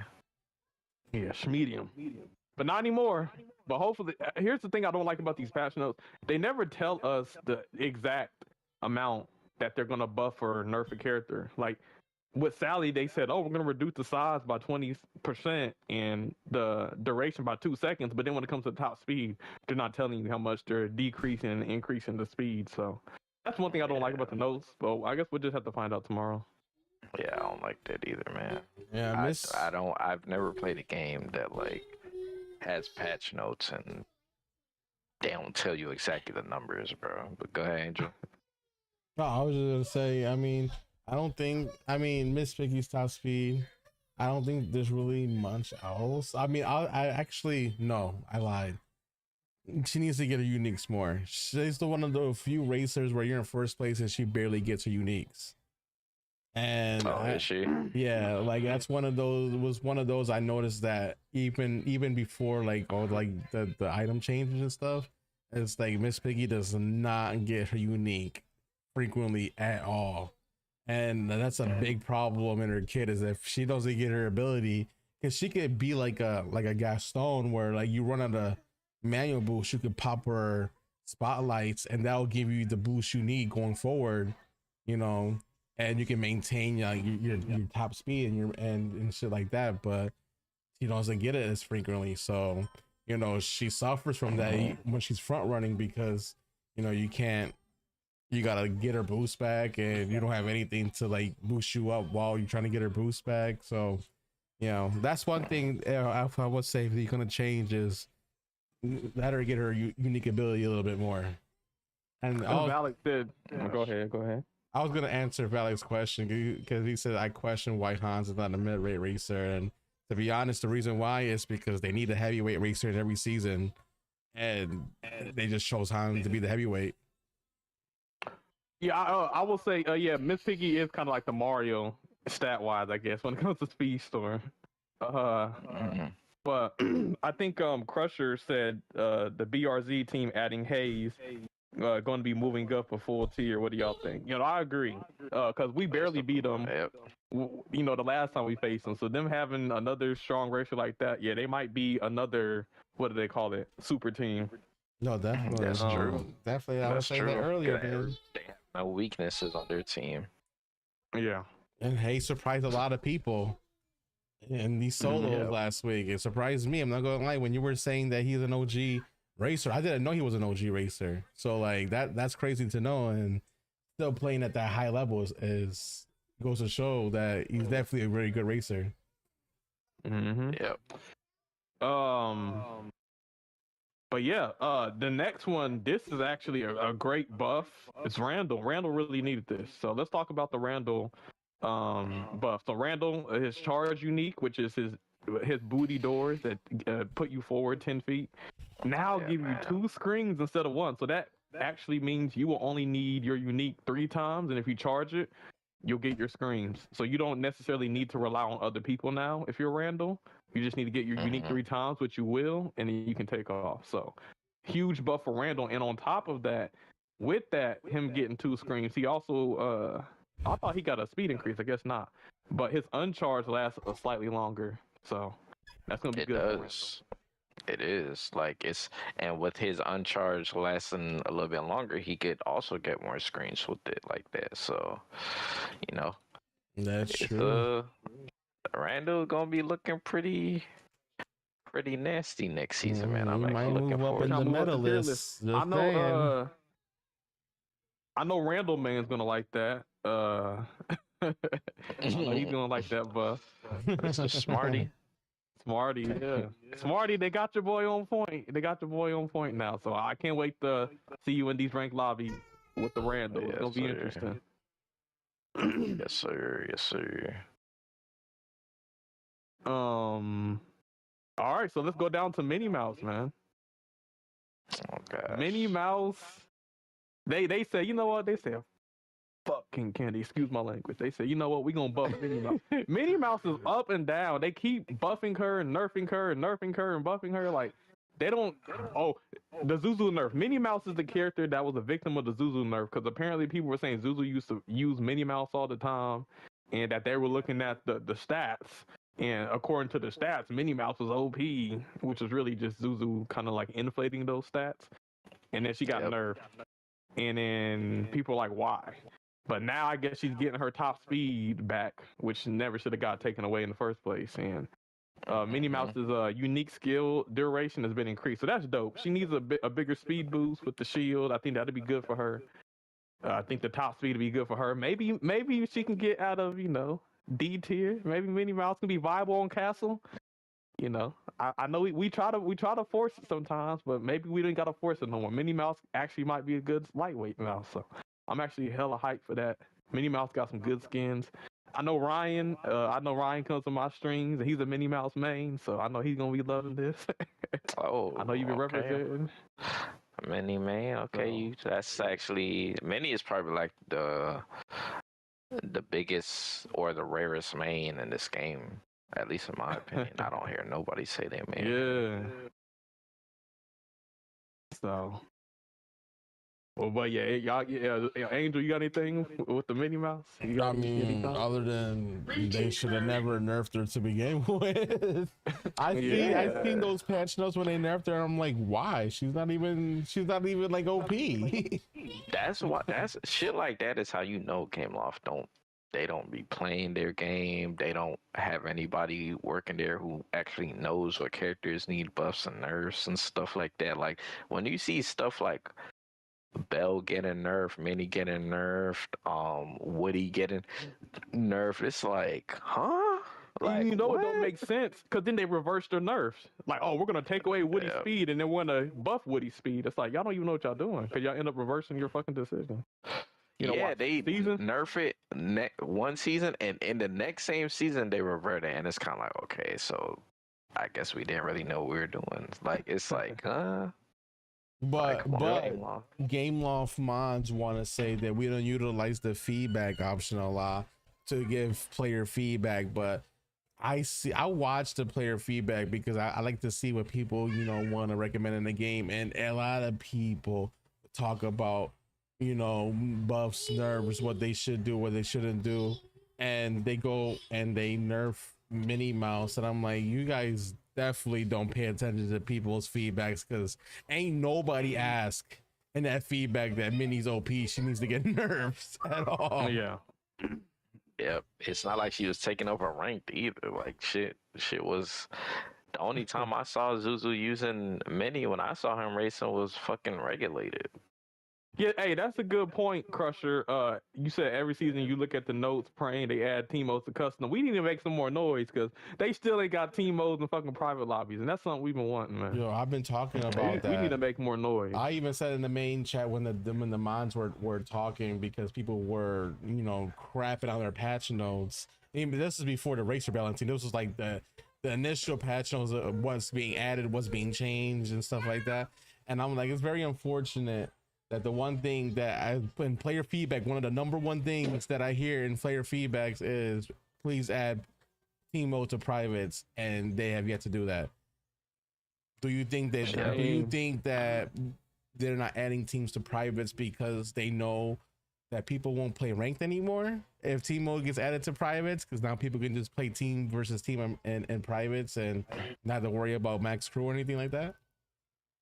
If they want longevity, they should make the privates better. Because that's one of the things that keeps people on Mario Kart is the fact that they can group up with their friends in a private lobby and race together the way they want to with complete control. So I think it really helped the game. But maybe with this development time, the extra month, maybe that will allow them to maybe add teams to privates. I agree, Crusher. Hey, I'm Crusher. I'm down. I'll do a big long paragraph of you need to add privates, and all of us just like spam that whole feedback thing of nothing other than add privates, add teams to privates. Like let's do this. And not in the general chat, not in the ranked chat, in the actual feedback channel. That's where we need to make our noise. So I think a lot of people they put some good suggestions, but it's not in the right channel. Yo, we got to make sure we put it in the feedback channel. I think we should like schedule something like that and get everybody in the competitive Speedstorm Discord and be like, hey guys, we're gonna say add team mode to privates and spam their feedback channel, and then just go ahead and do it, and you'll see everybody from divisions, the Discord just flood that whole thing asking for the same thing. They have to notice at that point. I actually think that would work funnily enough. Yeah. So, but yeah, let's get to the next freaking buff and nerf character. We can scroll it down. And this is gonna be I'm really happy with this one. This is gonna be one of my lightweights. I use Speedstorm. What? We got Wally. Wally a speedster, you know what I'm saying? He got a top speed increase, which is gonna be great. Wally, if he already has his fire hydrant, which is sometimes allows him to keep up with some faster characters. But with his top speed stat, that's gonna be clutch. I think he has cloak. He has his trash. Yeah, Wally buff. That's gonna be good. I know Jackal TTV. That's his name, so I know he gonna love that. The number one Wally. Yo, I think it's always a good day when you see the lightweights get top speed buffs, man. It's always a Yeah. good day when that happens because I feel like they're slowly, but they're like slowly buffing the top speeds of the lightweights every season. So yeah, I will say that I wasn't surprised, or I was a little surprised that I wasn't expecting certain other buffs that we would get. But it's I'm happy for Wally, man. I'm happy for Wally. He needs it. He's a lightweight. He needs it. I agree. I agree, and I'm happy. And I'm reading this list and then trying to remember last season's lightweight buffs. I feel like they almost got every single lightweight buffed. They got hurt, but that top speed nerf with the crews being changed. I believe they're missing some, but I think they almost got majority of the lightweights. Yeah, I don't know. They got some against King Candy, boy. I don't know what's going on with King Candy. Game Loft, like what's going on with King Candy? Like, give him more combat so he hits harder. Make it to where his charge doesn't disappear. Give him more speed. Something. Why won't you do anything with King Candy? I don't understand. Like I said, I don't know if he's supposed to be a benchmark of how bad a character can get, and that's why they're not fixing him. But it just don't make no sense. And they need to fix. Wild, bro. And they do need to fix freaking Eve's fucking abilities. But I think Eve did get like some top speed. It wasn't much though. But a buff to Wally's charge, that would be cool. But I think it's already good the way it is. But they don't like the Candy Man. I mean, apparently they don't. I feel like King Candy needs. I mean, they can't ignore King Candy for too long. I think I read somewhere where somebody was being funny, and they said give King Candy the Hans treatment and buff him. And I think Flowery from Game Loft replied, she said, I'm gonna give this feedback to the team. I'm like, yo, can you imagine? that'd be wild. He would actually be, if he had like Han's speed, he would fucking He got that be the best Blippi on character in him. the I'm not game gonna because lie. he got good. He would have good handling, good boost, and good speed. I will say with King Candy, the one good thing about him is his tap.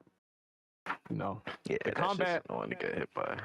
Yeah, I've been knocked off stage before and lost a race because of that. So yeah. Oh yeah, his tap is annoying if it hits you. Like that shit literally pushes you all the way off. I'm like, yo, for real? So imagine him with a top speed buff. I feel like a nice top speed buff for King Candy will literally do him justice. And maybe like do something with his backward gumball, because that shit don't do nothing. Exactly. Yeah, man, I agree. To the next, we got Jack Skellington. I don't understand this. Jack actually was like OP in Bullshit. S tier. He's already the fastest speedster, and they're like, yo, let's give him some more speed. Or maybe it was Eric. I don't know. He was like top 2. He was already S tier. I'd say he's lower after the nerf, but like he was spotting presence on top of people. Like I don't know who was asking for a Jack Skellington top speed increase. I don't know why they did that. He was already faster than Jasmine.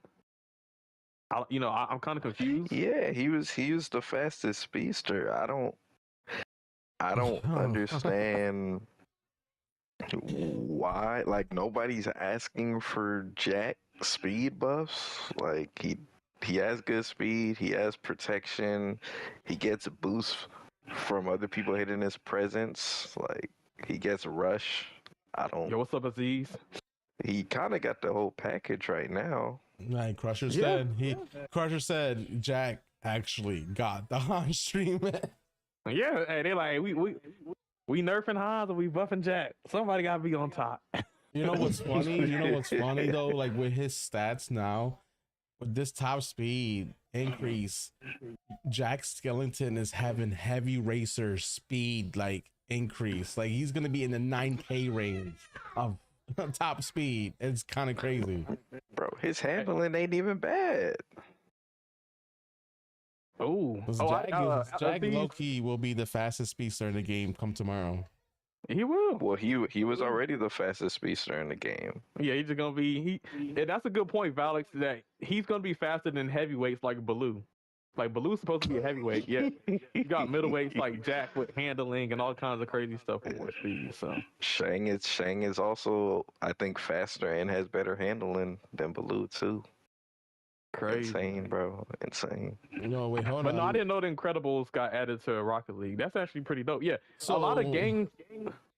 One thing to look out is if you see a Disney character and another franchise, most likely they're coming to Speedstorm. So Yo, I'm not gonna lie. I was saying that too. I was looking at the Fortnite stuff, and like on the pirate season for Speedstorm, they released pirates in Fortnite. Incredibles got released in Fortnite. Now it's being released in Maleficent Speedstorm. and Cruella.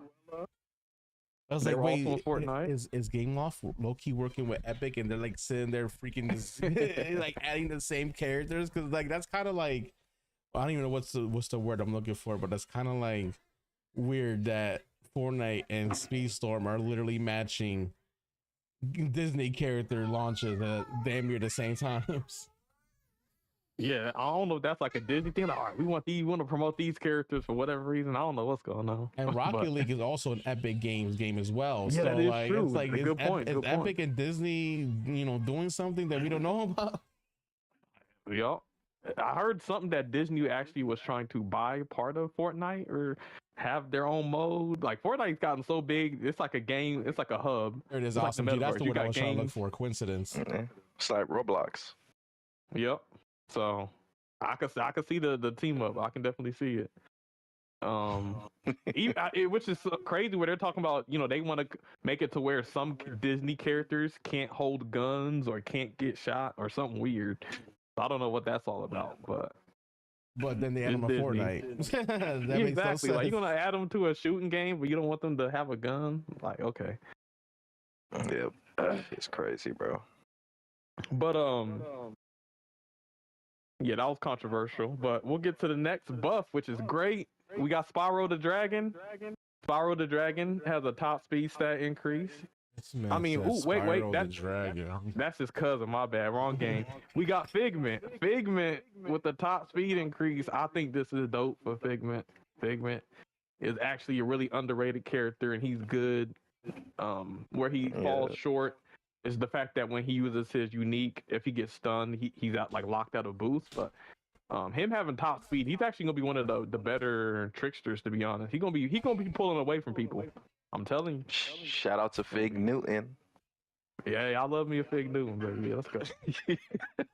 Hey, and we've been seeing in divisions, Figment low key been putting on, man. He low key been putting on. So I wasn't expecting the top speed buff from Figment, but hey, I ain't against it, man. I ain't against it. Mm-hmm. All right, and then the next, I don't know, the next one we got Hades. Now, I think people who've been putting Hades on, I think Dino, Nano, Toxic, in the competitive scene. I've been seeing how they utilizing Hades. I'm like, okay, you got to use this tap, get that that extra boost. But Hades getting the top speed increase is actually dope. I think he was one of the slower. Isn't he supposed to be a heavyweight too? Yeah, he seems more like a middleweight to me. But Yeah, he's definitely he kind of was middleweight. slacking a little bit on speed. He kind of like is missing an extra oomph. So hopefully this top speed increase helps him a little bit more. The top speed is actually crazy because one of the things that's really good about one of the things that's really good, or at least that I like about Hades, is when he using his tap and you like pass people and you get 2 full bars of boost. That's insane. Now with the top speed buff, depending on how much they give him, that can help him catch people even faster. So it helps him in multiple ways, man. Mm-hmm. I love So yeah, Hades. Yeah. Oh, we know. Yeah, you put in work. I like it. Hey, good work. Good work. you gave us some points with the Hades pick. I probably should have used Hades on some of my picks in that damn solo tournament. But nonetheless, he might be. He should be more viable based on the top speed. But we'll see, man. We'll see. But go ahead, Mr. Caleb. Andrew, you got anything you want to say? I'm excited to see what this Hades top speed buff is going to be, as well as Figment's. And like the partner said, shout out to Headbad OG Figment. I know he's going to be happy when he sees that Figment got a top speed increase. Oh yeah. Yeah, both of them are tricksters too. So these top speed increases for both Figment and Hades are going to be nice because 2 drifts, they already got their manual boost. So that's going to be real nice. Yes, they basically said, sir. hey, if we gonna nerf Hans, we gonna boost up everybody else. We gonna make hella other characters fast. So I fucks with it. I fucks with it. Yes, But the next sir. one is really good. Figment faster than Baloo too. That's wild. But I believe it. But the next speed increase, freaking, we got Oswald. Oswald is already strong with his auto, and we're going to talk about Aladdin too, which is I don't know what the fuck they're doing with Aladdin. But anyway, we'll get to that. But Oswald has a top speed increase as a lightweight, so that's actually going to make him better for competitive scene because he's going to be taking off, and he has a 160-mile-an-hour auto. Yeah, Oswald's about to be cracked. Yep, I agree, man. It's them doing these Oswald buffs. I think it's make him a very fun character to use because at least in competitive play, he was always like used for like handling maps and stuff. But the problem, a big problem with him is whenever he'd use his unique, you'd run out of boosts. It made him feel kind of clunky. It's like whenever you use your unique, you would lose some of your distance because you won't have any boost, so you got to build it up again. But now he doesn't lose his boost. Yep. And he gets a top speed increase. But Oswald got some love. He gonna be sliding even harder, man. He gonna be sliding even harder. So, you know, I can we'll see, sense man. some Oswald bins on divisions when divisions come back. If he's gonna be nasty in those Kauai maps, that's all I'm saying. Yep. They're not gonna have to pull another last minute dub with the Oswald. You know, they're gonna be. Hey, who knows? People might be banning Oswald and keeping Aladdin alive. We never know. Yeah, you know, I'm scared. You know, because I'm scared of how slow Aladdin's carpet's gonna be, which don't make no sense. But the issue isn't the carpet; it's fucking the clock. But anyways, we'll get to that. But yeah, so that's Oswald. Okay, actually, yeah, like you said, we'll get to that. But next, Big Mowgli. Yo, Ooh, they yeah. gonna turn Mowgli into Jasmine, y'all. Mowgli got a top speed increase. He's already one of the fastest lightweights, period. And the fact that he's getting even more speed is wild, because he's actually one of those lightweights that can maintain boost. So, Yeah, Mowgli B tier? What's going on? Mowgli is nasty. Mowgli slides, bro. And like I ask this question all the time, why Mowgli doesn't really get used in ranked all like that, and a lot of people tell me it's because like Mowgli's also an OG racer, and you know not many people have good crew for Mowgli than they do with like certain other seasonal racers, and that makes sense because I have a maxed out Mowgli, so I can see Mowgli's like crazy potential and ranked, and he Angel's is gonna be already getting good. some number 1 times. And like Angel was already getting top 10 times with the Mowgli. Yes, and that's why I asked that question. I was like, yo, I was getting top 10 in leaderboards. Everybody was using Jasmine, and I'm sitting there using Mowgli and got the top 10 spot in time trial. So imagine now with a top speed increase.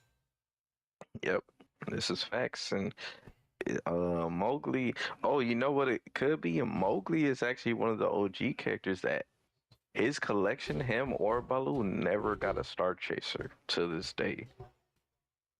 Yeah, they need. I need to get some of my crew leveled up. So unless you're really hunting for like the Jungle Book crew and epic crew and stuff, I could see why a lot of people don't have their Jungle Book characters stat up, which is crazy because I love Baloo, so I'm always getting there. Or not Baloo, I love Mowgli, so I'm always like increasing his like. But they do got Michael up, Jordan. They got the Michael Jordan crew member and the player level thing. What's his name? Bagheera. They say Michael Jordan looked like that damn panther. I mean, I agree. I agree. Baloo definitely has good front running specials. Yeah, he might not be the fastest heavyweight in the game, but if you could front run with Baloo, them pumpkins, you're gonna literally be ahead of the pack because you're never gonna run out of manual boost. And he's still, and somebody passed, he can get the boost item and try to pass him again. And he's a defender, so he's gonna just, you know, basically slipstream you the whole time. So, and to be honest, in the division finals, it just we kind of got screwed over by Baloo because Toxic ended up winning with Baloo because he got ahead with Baloo, got some pumpkins, and took off on us. So, Baloo is still really good and strong. He's definitely a front runner for sure. I will, to Crusher's point, I think he said Figment isn't a front runner. I think Figment is if you use his tap because he can kind of pull away because he's Figment already isn't a front runner. Yeah, I mean, I think Figment definitely. I think Figment goes crazy in the front. Yeah, I mean, Yeah.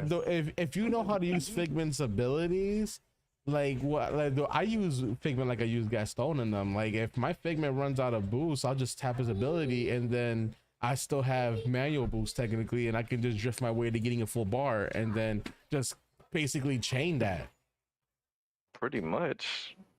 I think for me, okay. For me, a front runner is any character that could maintain their top speed for very long periods of time without, really having too much of a drop off in their speed or running out of boost and stuff.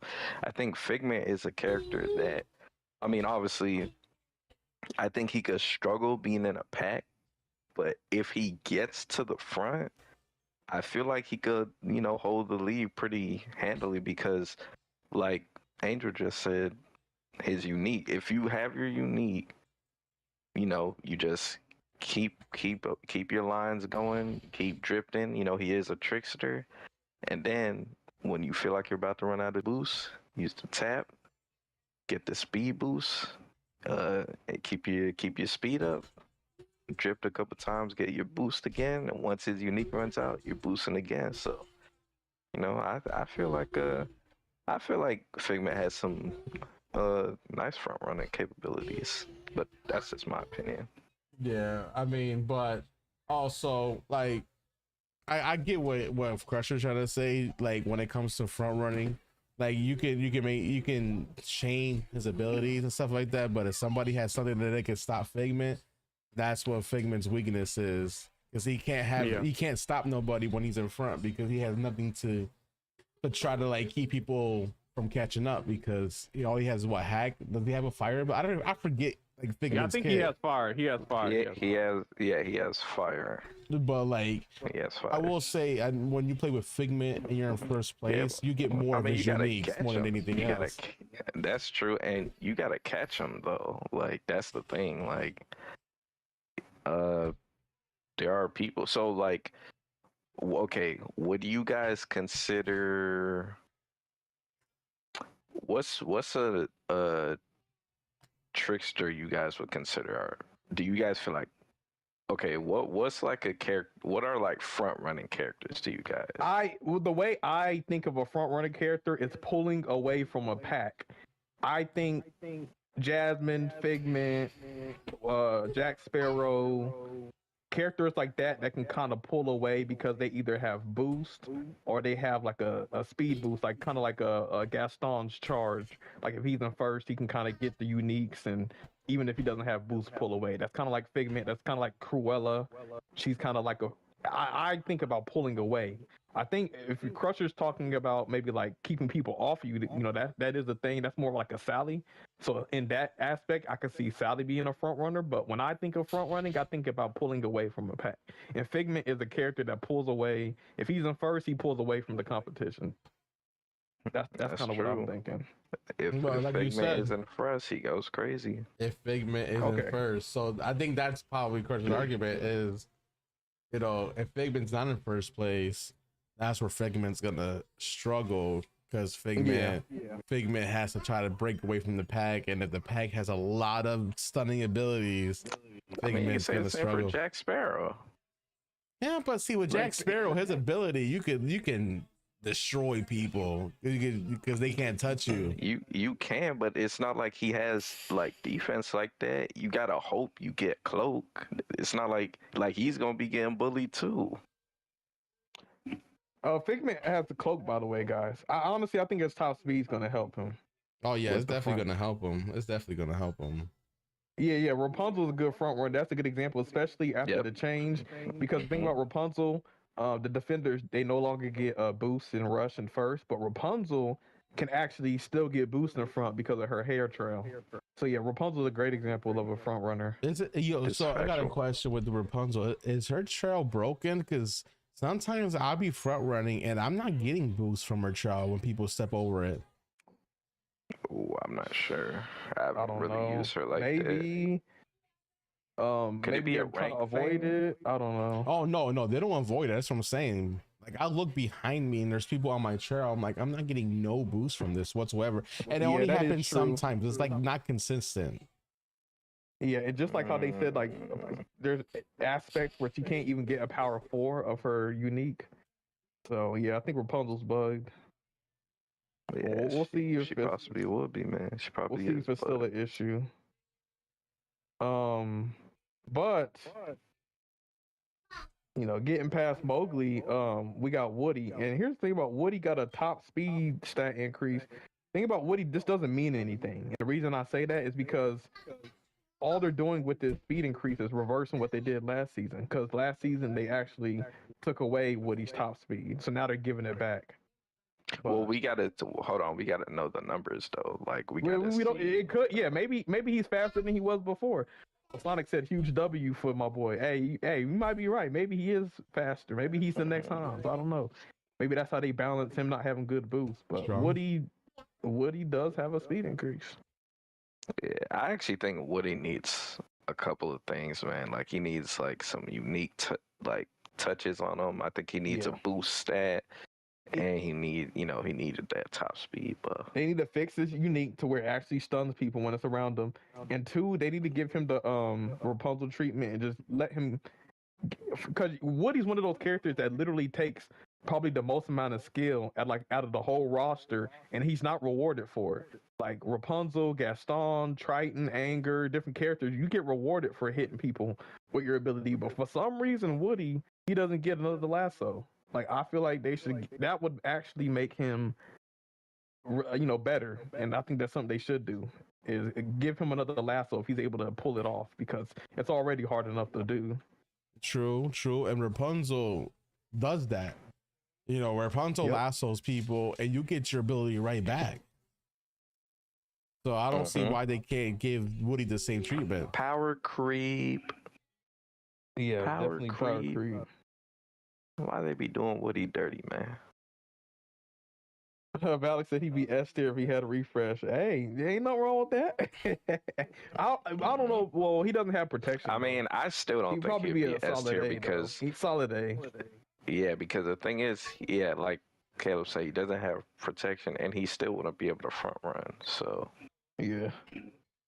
he need a couple more things in his kit, in my opinion. Hey man, Crusher. Speaking of Buzz Rocket, man, let's get the Buzz Lightyear. Buzz Lightyear got his charge and uncharged skills have been buffed. What do y'all think about that? I don't. Okay, so see, here's the thing, bro. Like, I don't.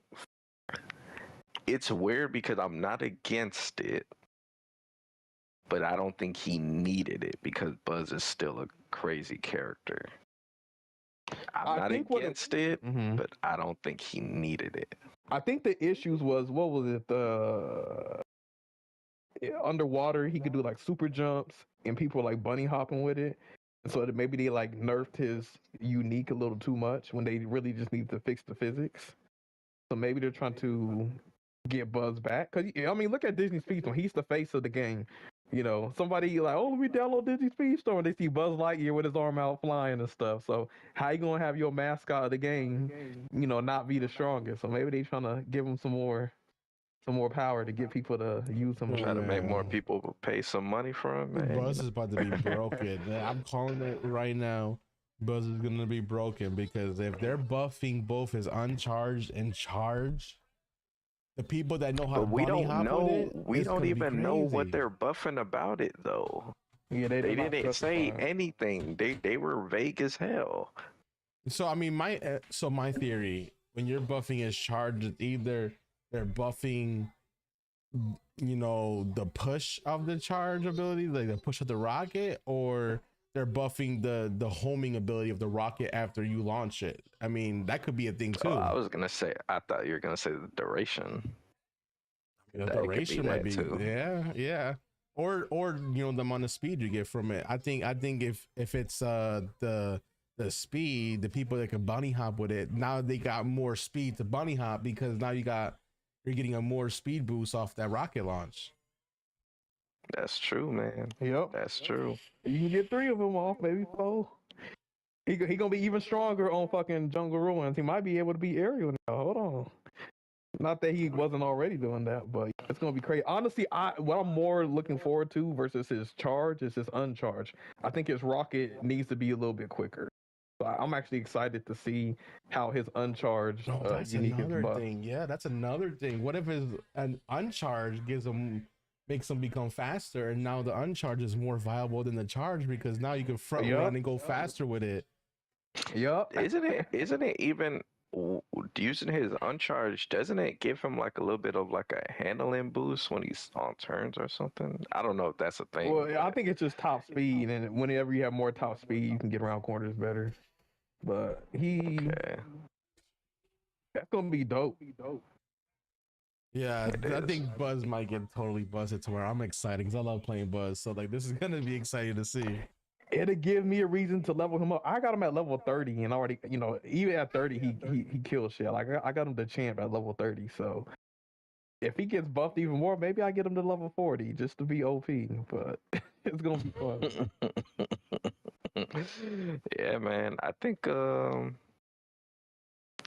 don't know, man, because my thing with Buzz is because right now we're like kind of theorizing or theory crafting, but like we literally don't know to what extent they're buffing them, and that brings me to one of my biggest problems with Speedstorm is, or a game off, like they'll say they're changing all these things about these characters. One, you don't know if it's bullshit because half the time the stats don't be working. So they can say they're changing somebody's top speed, but that can make the character slower, or they can nerf somebody's top speed and make the character faster. I don't know how the hell that works, but they need to be checking that shit. I think recently they like fixed most of that. Another thing is they're so vague. Like they'll say they're nerfing all these characters' stats, but they don't give you numbers.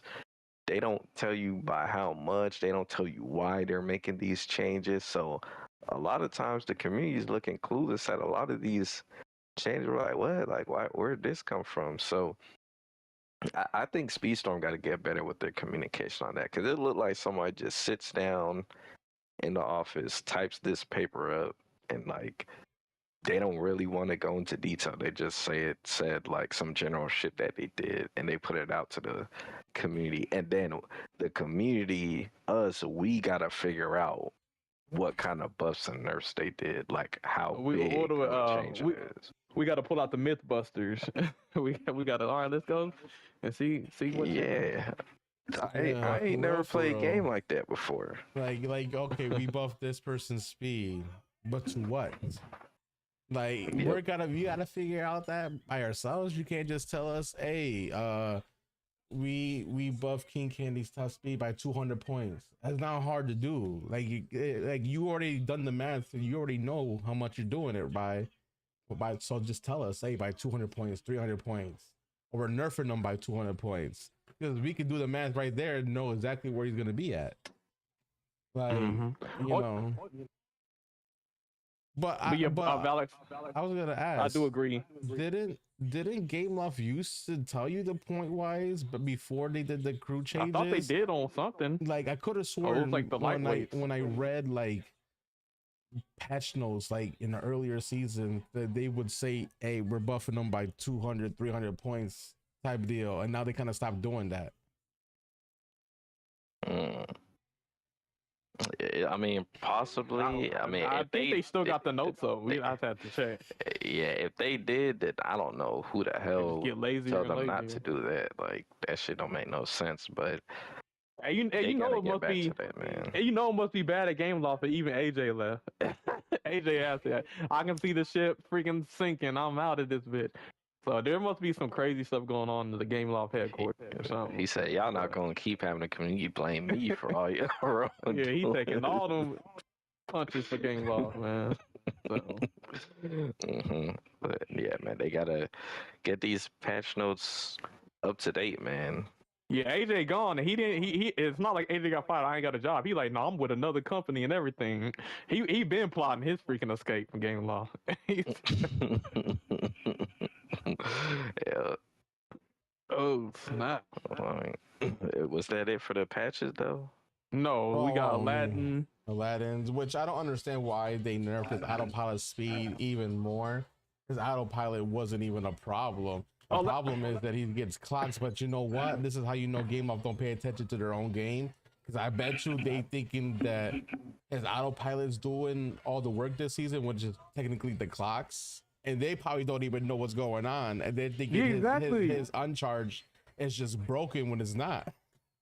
So first of all, his freaking it's his what makes Aladdin strong is his charge. You can look at a time trial video of Aladdin.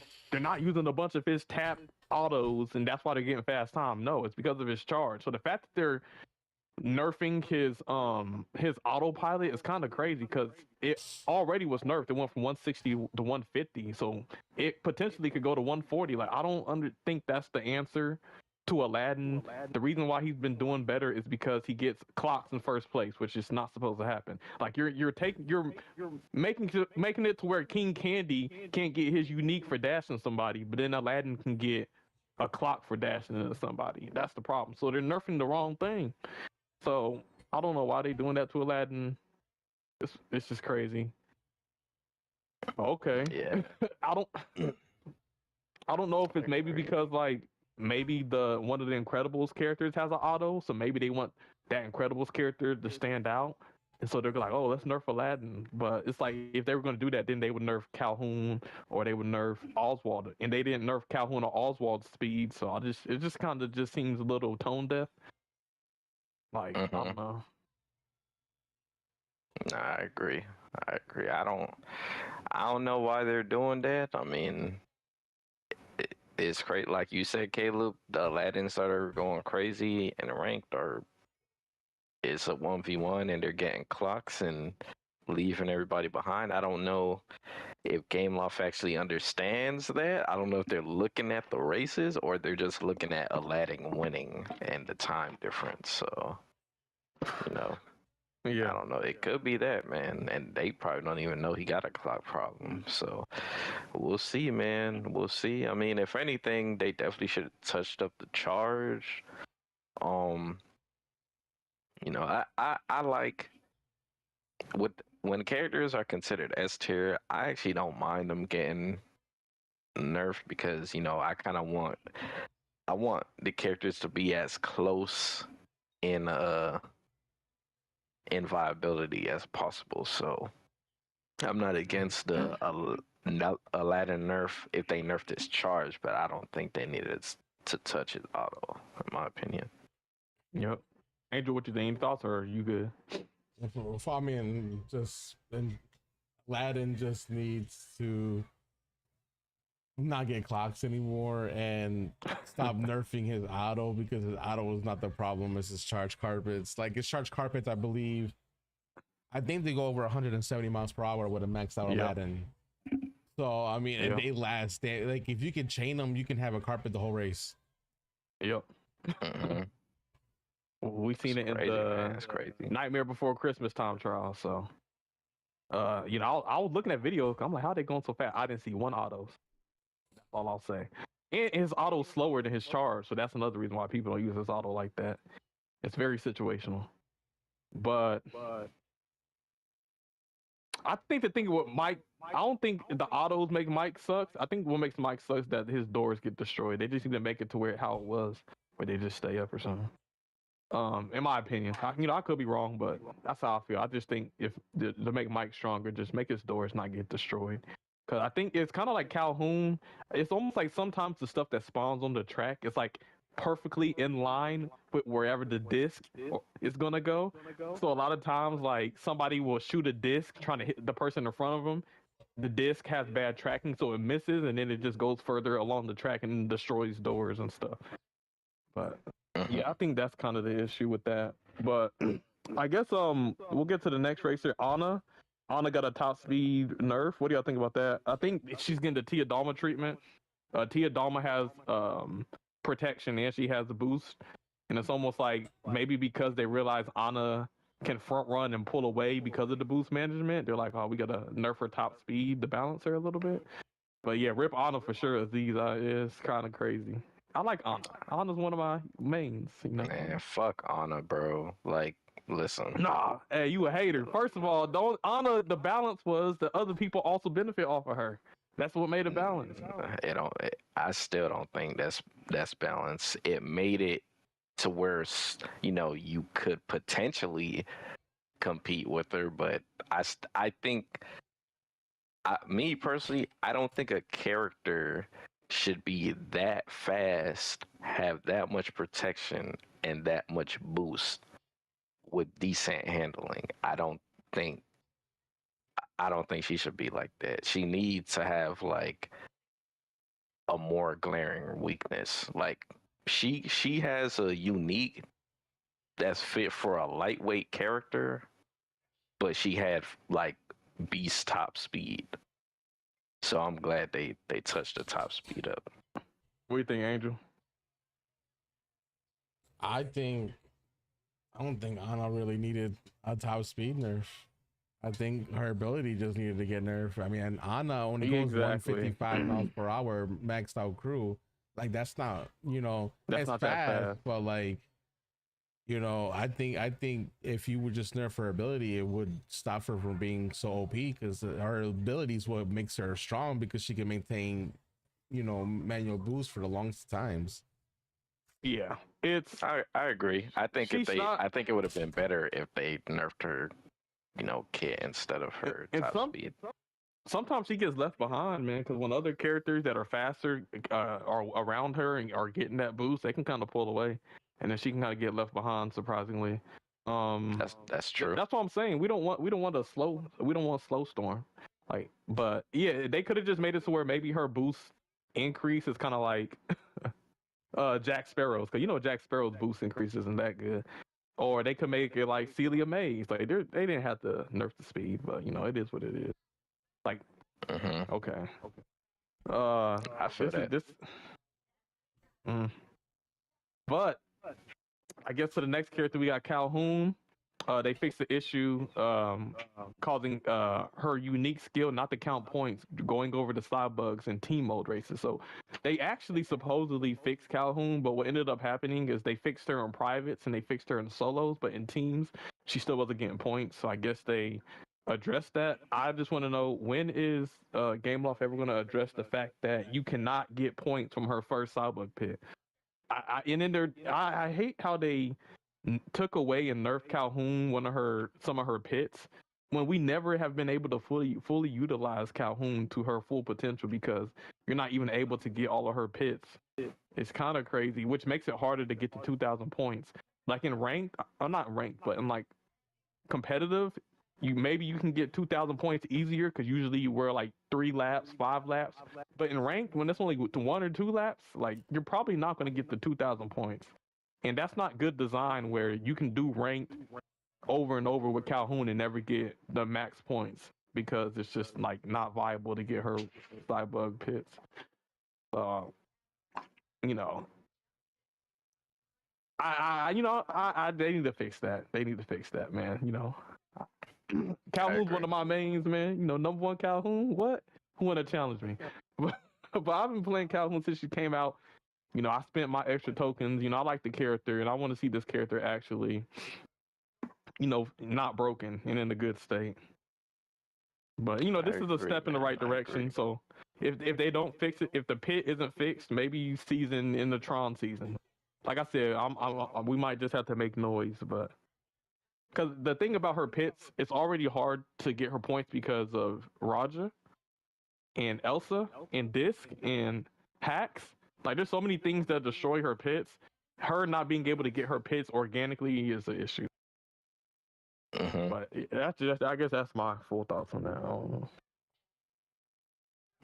What y'all think? I agree, man. Like I'm happy that they fixed her to where she's an actual normal character now, but they still need to fix the thing with her little first pit thing. That's been a thing since she was a character. I don't know if nobody in Game Loft has used Calhoun. I don't know if they just aren't. They like, do. They use her at level 30. I feel like they test all of these characters at low levels, and then they don't account for the characters when they have max crew level 50. You can tell by the track design. Look at Atlantica, when you use that ramp, you literally shoot over the item boxes. Like, I don't think they really, whenever you use a air vent on Candy Kingdom, you go underneath the item boxes. Like, I don't think they account for how uniques work when characters get faster. I don't know. They probably don't, man. They probably don't. So, But yeah, Angel, what you think? Yeah. I think they need to fix the first side bugs that's annoying as hell, always passing through it. And not even just the first one. Sometimes I feel like I'll be going under some of them and it just doesn't activate. Yep. And that's kind of buggy. And it used to give you, like, it used to stop your boost or give you boost, and it doesn't even do that no more. So like when I use it, my Calhoun basically runs out of boost, even going through the bugs. I'm like, what happened here? That's true, man. That is true. Same with Davey. I think Davey used to stop the boost when you go to the tentacles. I don't think it does that now anymore. Yeah, and they didn't need to nerf the air he got. It actually made Davy Jones fun and good. I don't like the way his tentacles don't launch you anymore. That kind of sucks, in my opinion. But yeah, next we got Rapunzel. They fixed the bug that causes Rapunzel's unique skill not to reach power 4. Yeah, I think I did see that where somebody was looking at her, and I don't know if it was private, where they looked at her power and it was like power 1. So I'm like, if I've been racing with power 1 this whole time, does she have a better lasso? Is her having power 1? Maybe is that the reason why we not getting boosts sometimes? Like, I don't know, but. Yeah, I'm just glad it's fixed, whatever that is. That's really all I gotta say. Like, yeah, give us our freaking, abilities. Like, we level up for a reason. Kind of crazy that you could level up a character and their abilities still stay weak. Especially, imagine if it was this issue, but with a disc, because the level 1 disc is terrible. Was this only during ranked, or was this also on private lobbies? I don't know. For Rapunzel? I honestly don't know. Yeah, Rapunzel. Yeah. Like, my Rapunzel should have a power 4 ability, and she only has power 3 because the bug also like affects her when she hits level 50. So like, what I'm saying is this in a private as well, or is this just a ranked thing? Well, privates is just a private thing for power 1, and then in the regular modes is when you get her to level 50, like it glitches out, it pushes the power 1. Oh, okay. But yeah, I'm definitely glad they fixed that then, because that's extra booty. You don't want to get strong, you don't want to level up and get weaker. Yeah, so like I've been sitting with a power 3, and the reason why mine is power 3 is because my epic crew stacks, it brings her power back from 1 to 3. Okay. And last but not least, we got King Candy. They fixed the issue where that caused players to get his unique skill after dashing. Why didn't y'all keep that? Like, King Candy needs everything he can get. They basically nerfed King Candy. Another King Candy nerf. What did I tell y'all? So yeah, he can't get his unique for dashing into people. So I guess like that's the only thing you want to fix with King Candy. I guess I got it. Yeah, I'm kind of shocked about this too. I'm not gonna lie, because you buffed all these lightweights, but you left King Candy and Eve for top speed like buff. That makes no sense to me, especially King Candy being your slowest. Bro, Game Loft be making it look like it's so hard to like give like all the lightweights like top speed. Like I don't know like what kind of testing they need to do before they go through with the top speed, but I feel like they could really just hammer down and give more lightweights top speed. Yeah. Mario Kart did it. I think Mario Kart buffed the lightweights and the middleweights in their game, and now the lightweights and the middleweights, if you look at the world records, are up there with the heavyweights. Like Gameloft could literally do the same thing, but they refuse not to. And my thing is, if you're not going to do that, you have to create more handling tracks. Because if not, then what the hell are you doing? Gameloft does not pay attention, nor do they listen to player feedback. Because if they did, they would know King Candy is one of the most requested speed like buff, that people are wanting is buffing King Candy, and they don't pay attention, because if they did, they will see everybody asking for King Candy buff. Yo, this is, and he's supposed to be Turbo. He's supposed to be a racer. He's supposed to be like in the Wreck-It Ralph movie. He was like a racer. He had his own game, where he was fast, and then in Speedstorm he's the slowest character. So it kind of don't make sense that Turbo is slow. And also they should have a turbo transformation or skin in this game too, by the way, with the yellow teeth and everything. And he needs a voice. Well, speaking of voiceovers, guess what? Mr. Incredible will receive voice lines at the start of part 3. First of all, why doesn't Mr. Incredible have voice lines in the beginning of the season? Why y'all gotta wait until part 3? Ooh, maybe because Ryan was telling me that what's her name? Sally. They said the same thing about Sally, that Sally would get voice lines at the start of part 2, and then she ended up being the part 2 racer. So this is actually making it look like Mr. Incredible will be the last Golden Pass racer of the Incredible season. Well, since they're not going to give him a voice line. I'm not gonna lie, I think this confirms that he's either gonna be part 1 or part 2. Because if you feel the need to tell us that Mr. Incredible will receive voice lines at the start of part 3, that means he's going to be voiceless in part 1.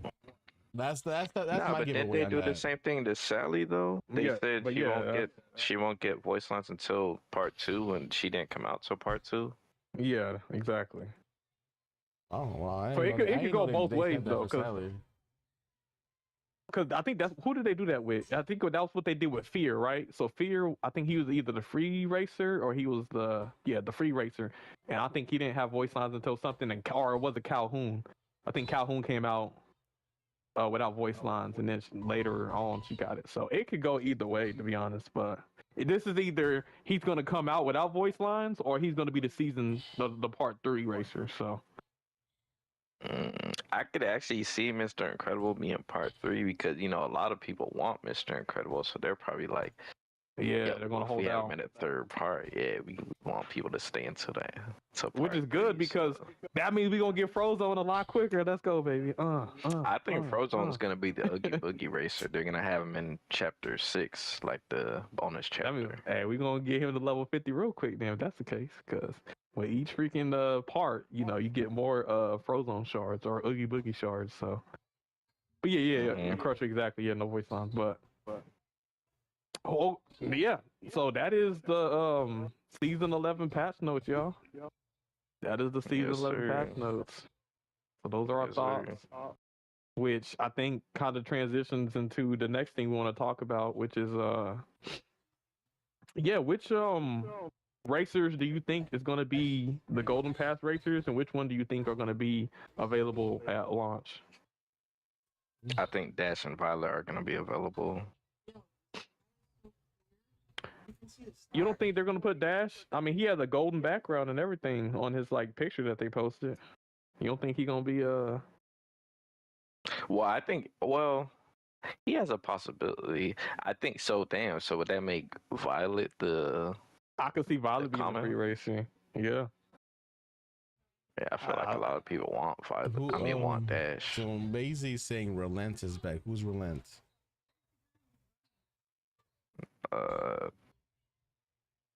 Probably been a long time since I raced this player, so I'm not sure.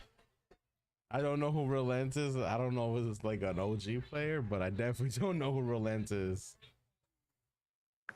Yeah, if Frozone, that'd be happy. That'd keep be like, okay, I got something to look forward to if Frozone's the first one. But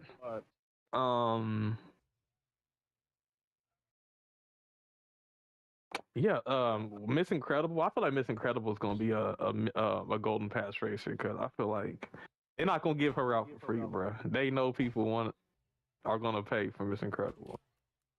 Yep. 100%. And if Mr. Incredible is going to be the part 3 Golden Pass racer, then that's probably going to be Mr. Incredible's 3, Mrs. Incredible is either going to be 2 or 1, and then Frozone might be 2 or 1, and then Dash or Dash will actually be 2 or 1. So, but here's my fear with Dash, y'all. He might get the King Candy treatment. We were just talking about how King Candy is turbo and blah blah blah, but because he's small, they made him a lightweight. They made him slow. I'm scared Dash is gonna be slow, y'all. I'm scared he's gonna be a lightweight, and I'm scared he's gonna be slow as hell. What do y'all think? Dash being slow is comical, bro. Well, yeah, it is. It goes against his character. Same with Turbo. That's what I'm saying. Yeah, man. I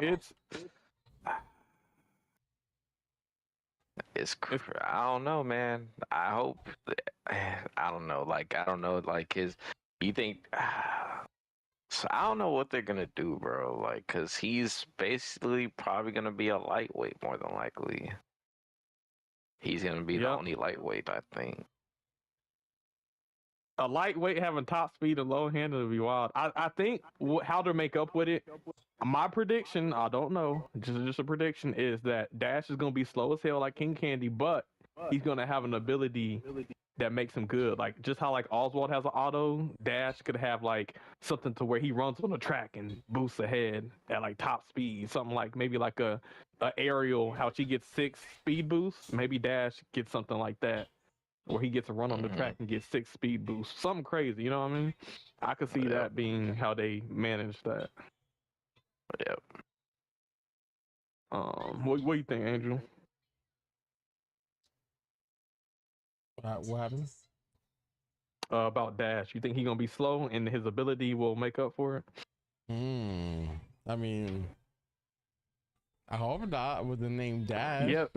With the name Dash, why would you be slow? That's the thing. That's what I'm saying. Speedstorm logic, and you know, yeah, he might be slow, and then he might have an ability that's supposed to make him go really fast. So, do you think Dash is gonna be lightweight? More than likely. Yeah, he's gonna be a lightweight. Yeah, because I think he'll probably be a lightweight or a middleweight. But I think because look at Belle. Belle is a lightweight, and look at her body. So I think maybe Miss Incredible might be the midweight with Frozone, and then Mr. Incredible is gonna be the heavy. Frozone looking kind of big though in the picture though. He might be a freaking Frozone could be a heavyweight, maybe light heavyweight. Another Hans. Oh yeah, man. hey Angel, I'll put the pictures in the Crashout group chat. You can put some of those on screen. Maybe Yeah, put the Dash one up first, I guess. All the racers. Yeah, give me 1 second.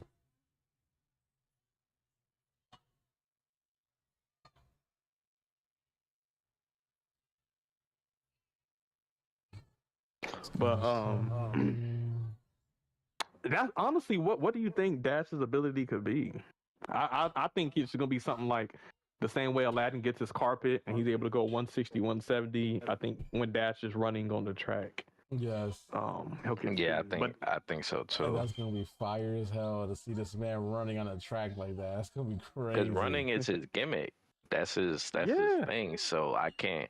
Honestly, it'd really be a missed opportunity if they don't. I'm telling you this. If they do some bullshit where they're like Dash is in the game and all he gets is a circle around him, and he just like passes people when he like if it's something goofy like that, bro, I'm gonna be mad. So which character do you want me to pull up first? You can put up Dash first, I guess. Oh yeah, I If mean, we talking about yeah, his I mean, little if you're just looking at him right now, he definitely looks like he's gonna be a lightweight speedster. yeah, the damn car, he's barely bigger than the wheel. But yeah, it's just the fact that he has the gold background makes me think he gonna be an epic character, y'all. He probably so? is. I feel like a lot of people want him. Yeah, You know? he's definitely a wanted character too. I mean, Vanellope was True. epic. I mean, yeah, I guess if his ability is gonna be broken like that, where he's like Aladdin, I wouldn't imagine him being an epic racer. I think Valak said something like Mike. If he gets like the Mike door on Kawhi type of speeds, that'd be crazy. Oh, that would be crazy. That would. Be crazy. I'm not against it though. Like the more viable lightweights we have, the better to me. I guess we can go to the next one. We can go to Violet, the next picture. I guess we'll go smallest to largest. Yeah, I think Violet is gonna be lightweight. I think they're gonna do 2 lightweights, 2 middleweights, and then the 1 heavy, which is gonna be Mr. Incredible. That's my theory. Yeah, and they got the purple on, so she might be the season tour character with the fact that she has a purple background. Which means she might not be epic. She might be, what do they call it, rare? Yeah, I think she might be a rare racer just based off of the color scheme they're using. They could have just used purple because that's the color of her ability or something. But she's looking skinny, and you can tell like when you compare her body to her mom, like yeah, her mom got some more weight, bruh. So she gonna be a lightweight. Trickster? Maybe a Miss Piggy, a medium. Is she gonna be a trickster or defender? Medium character. Well, Defender. they put when they did the emojis, they actually put a shield in her So she's gonna emoji be a thing. defender. She gonna be a defender. Yeah, I mean, maybe it could be that they just put that because I know in the movie she uses her abilities to like block stuff sometimes. But Oh yeah, that yo, if they go by personality, she will be the defender then. Yeah. mhm. It just makes too much So I can sense. see that. I can see that. Like, you know, yeah, that 1950s car design. Okay. Yeah. Dang it, it'd so be would cool that if- make It's incredible. Look at the weight difference. Look at the weight difference. Yeah, zoom in. Man, she's a little thick, Yo. man. Hey, yo, what's up with Game Law making these chicks thick now? What's going Yo, on here, Game hey, Law? look at that. Hourglass. The number 8. Like, bruh. I fuck with it. I'm glad Hey, they didn't there- nerf that. I'm glad they didn't nerf that. They were saying in the official Disney Speedstorm server that, you know, we shouldn't be focusing on that stuff. Nah, because Disney Pixar, they the one who focus on it, and that's why it's a thing. So don't get mad at us. I agree with Shaw on that one. They the ones who sexualize character first. Don't get mad at the viewers. That's just some freaking Disney Speedstorm moderator on Discord stuff. I ain't worried about that crap. You know what I'm saying? So yeah, we got Mama Incredible. Do you think she's It's gonna be a incredible. trickster? Yeah. She got a lot of tricks, you know, up her sleeve. So, yeah. But yeah, I mean, she has a purple background too, so maybe that makes she's rare. I don't know. I think they really only use gold for Dash, but honestly, I think it's gonna be Dash, Mrs. Incredible, Mr. Incredible. But yeah, But the sake of it, by your logic, Caleb, this means Mr. Incredible is gonna be the common racer because he's blue Yeah. background. yeah, so I don't. He definitely ain't Maybe- gonna be no comment. I hope my don't think logic so. is wrong, but yeah, that'd be wild if they made Mr. Incredible the common. But he's definitely gonna be a heavyweight. Oh yeah, man, look at Yeah, that top. frame. That's definitely a heavyweight frame right there. Uh-huh. Yep. Yeah, he He's definitely be the gonna knock baller. somebody What was up. that? I agree. I can get behind that. he way too big, and the way he be fighting in the movies for him not to be anything but a brawler. Like that's who he is. Watch them So make maybe- him a trickster. That's crazy. Goofy. And all he has is just a bunch of hacks and stuff. Hack. Like nah, give him something more aggressive. As it said, blue background equals common. I mean, The- okay, but if you guys go by that logic, then I need y'all to explain this logic because this guy right here's background is green. So what does that mean? it got a little bit of yellow. What's the green class? I don't know. Listen, man, Frozone. I hope he epic, bro. I hope he epic. I like how they gave his card, his default card, a different color. I do like that. Damn, you said Frozone's gonna be common. Damn, I said right. Common, easier to get though. Hey, okay, Will Turner, okay, Hans, okay. No, Frozone's getting the Oogie Boogie treatment. I'm telling you that right now. Yeah, they're gonna be like, yeah, you're gonna have to level up all your characters to 45. At the very least, he's gonna be a rare racer. At the very least, in my opinion. Yeah, but I'm saying he looks tall, and tall, height carries weight. He might be a heavyweight. I think, he looks pretty big, to be honest. I think he's gonna be middleweight. No diddy. I think he's gonna be middleweight. But he could be a middleweight. Class wise, damn, what do you think? Speedster. You think Speedster? I think Speedster. Look, the green means go, red, green light. Blue. They use blue for a lot of like Speedster representations. Blue. So I think I think him and Dash would be the Speedsters. Miss Incredible will be a trickster, Violet will be a defender, and Mr. Incredible will be a brawler. Yeah, I'm not gonna lie, man. We do need some like more like lightweight brawlers, though. Yeah, we do. But I also could see Mr. Incredible as a defender because of his size. Because for whatever reason, they like to make all the big characters defender. But then again, a lot of brawlers are heavyweights. I'll be the speedster. I'll be the speedster. I will. Regardless of anything, we do need a heavyweight speedster. We do not have that yet. All of the speedsters are either lightweights or middleweights. We need a heavyweight. Yep. No, that would be crazy. That would be insane to have a heavyweight speedster. Yeah, it would be. It will be. Get the boost from the boost pass, get the rush and boost item in first. Oh my god, that would be Going automatic crazy. OP. Yeah. Listen, man. Listen, I definitely think you should get a heavy speedster. Like, if Frozone is a heavy speedster, I'd actually be happy about that. You know what's crazy? The handling on the heavy speedster. I mean, they've been giving probably bad, but they've been giving a lot of freaking high handling to a lot of these new characters. But I was just thinking, like, Miss Incredible, the emoji they use, is she gonna have like a parachute ability? Like, what do y'all think that's gonna be? Like, it could either be like a lasso thing where she stretches out her arm, or it could be like a parachute. I don't know what the fuck they gonna do with Miss Incredible. I don't know what they gonna do. Well, I hope they don't make it to where she's basically another lasso character. Like, she stretches and grabs people's car, because we got like 2 of those already. So the parachute. That's what they use in the emoji. Maybe they make it to where she uses the parachute and it like gives her like more speed or something. She could like jump with it. Maybe. She could like jump with it and on like some Buzz Rocket shit. Yeah. This makes me watch. I need to watch The Incredibles 1 and 2 before the season. I don't know if I have enough time. Maybe I'll do it during the season, but shit, we still ain't watched all the freaking Pirates movies. But I still gotta do that shit. You try. I got to the 3rd movie too. Same. But yeah, that's a cool ass pose with Frozone. Frozone, people, he's just gonna be another Elsa. I don't think so. I think maybe he's the one with the auto. Maybe he has an ice auto where he shoots out some like a ice road that he can kind of like automatically, slide on. I don't know, but it's gonna be interesting to see what kind of ice ability. Yeah, I'm curious to see Frozone's abilities. I am, because I want to see what they do. I don't want them to just mimic Elsa's ice beams. Yeah.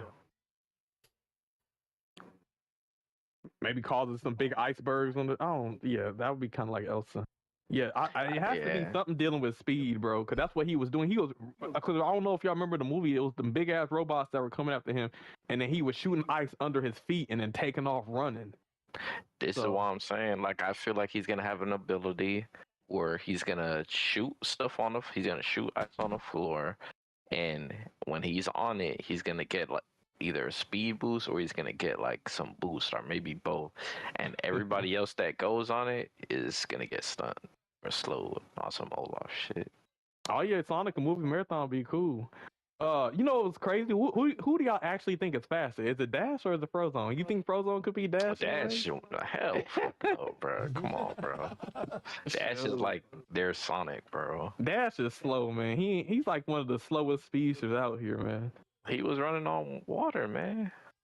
Yo. How fast you gotta run on water? How fast you really gotta run? It was 300 miles an hour, bro. Those hoverboards are keeping up with him when he was running on that water. I don't know, man. I still don't think he could. In terms of speed, I don't know if Frozone could fuck with him, man. I feel like And maybe if he one ability they can do is he shoots ice off his hands, and whoever he shoots gets like instantly stopped.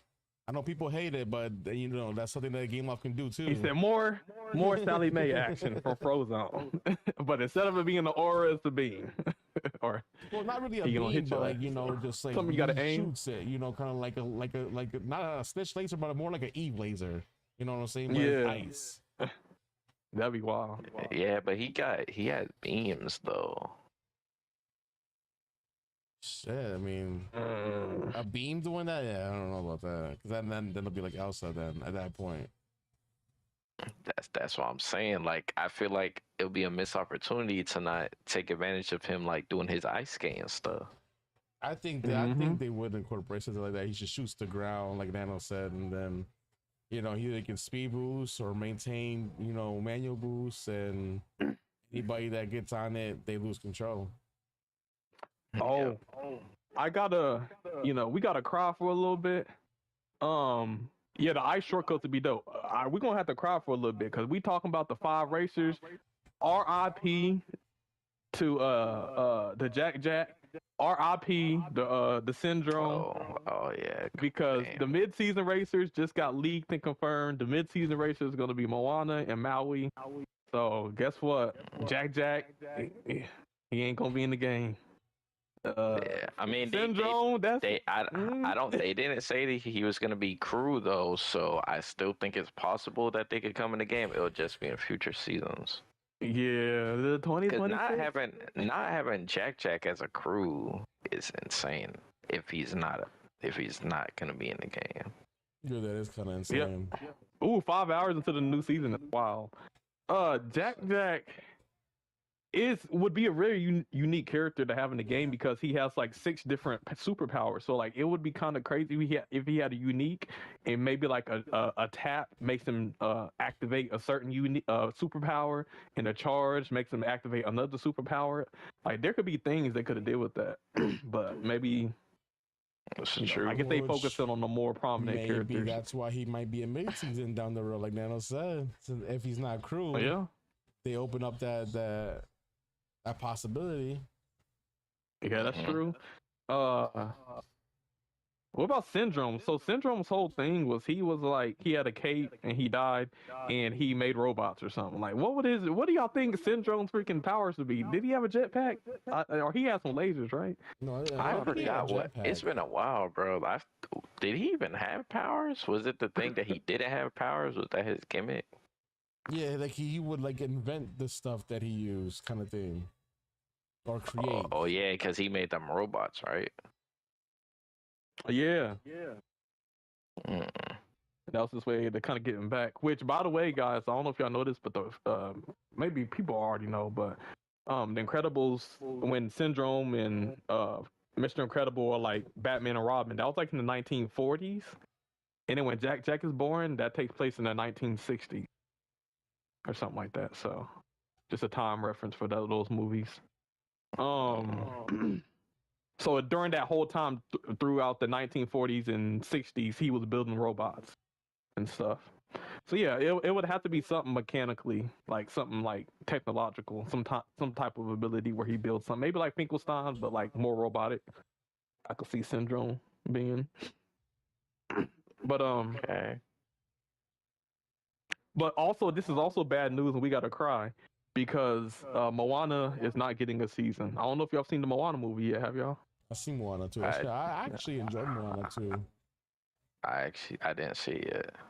Yeah, I need to see it. I haven't seen it. I had some stuff come up, but I think it was Thanksgiving. Yeah. So, Yeah. but yeah, I gotta see it. So if you saying it's good, hey, I'm gonna check it out. But I enjoy Disney movies. I definitely enjoy Disney movies, and I gotta rewatch it because obviously when I watched, the quality wasn't all there. But like the songs were nice. I see without spoilers, there is new characters that are in this one. But also still can't figure out the other two racers other than Moana and Maui at the same time, even though new characters were introduced. Like I can't, like you know, when Incredibles, all 5 of these racers are significant to the movie. You know what I mean? Like, I feel like, you know, Moana is in that stage where like the movies are nice, but other than Moana and Maui, there's not that many meaningful characters that stands out, at least. I see. So Sonic just sent me some kind of screenshot of it talking about Disney Speedstorm. It says the Supers are speeding into Disney Speedstorm 20 years after super powered Par family. Mr. Incredible, Elastigirl, Violet, Dash, plus baby Jack Jack saved Metroville in Disney's Pixar 2004 film The Incredibles. The heroes are suiting up once more in the free-to-play kart racing combat game launching December 12th. The Incredibles-inspired Disney Speedstorm Season 11 will also add 2 Midseason Racers from sea-fearing Wayfinder Moana and the shape-shifting demigod Maui from Disney's Moana 2. So they did mention Jack Jack, but maybe they just mentioned Jack Jack because he's part of the family. But damn, they didn't mention Syndrome. But maybe Jack Jack comes later, like y'all said, the Midseason Racer. Did they mention Frozone? Yeah, they didn't say Frozone in this though. So Wow. But Frozone's a character, so it could. I don't know. How do you not mention Frozone in here? Like, what? Man, he getting the Daniel John Boyega treatment from Star Wars. They're taking him off the poster. Damn, not the John Boyega. So is this like one of those like descriptions like from like the mobile stores and shit? Maybe. Yeah, Sonic, where'd you get this screenshot from? Or I mean, that's probably the description that's going to be for this season, because they do that for all the seasons. They'll have like a description like, hey, you know, jump on Speedstorm, and they talk about who's in the current season, because they did the same leak from last season, and that's how a lot of people knew a lot of things, because they had the same description but for the last season. Oh, okay. Yeah, I gotta pay attention to some of that stuff. I don't be looking at the advertisement. I'm like, I'm already on the game. I'll be watching all the leagues. But okay, this confirms Moana and Maui even more, though, to be honest. Yeah. So let's talk about. Okay. Sonic said this from a news article. So let's talk about it. So first, let's go with Moana. What do y'all think Moana's ability is going to be? It says she's a sea-faring wayfinder, and I think in Moana movie she controls water. Yeah, she's gonna have an auto. Awesome Legend of Korra shit. 100% guarantee Moana's gonna be an auto racer, and her wayfinder is gonna be the auto. Like when she fails and shit. It makes sense. That explains the Aladdin nerf. Oh, they're trying to sell Moana. Oh, yeah. Look at that. Aladdin's nerf, but Moana's even more lethal. Hey, you know what's crazy? When they put Hans in the game with his arrows, that's this season they nerfed projectiles or the little obstacle thing. So, you never know, man. Never know. And then Maui, he'll have like a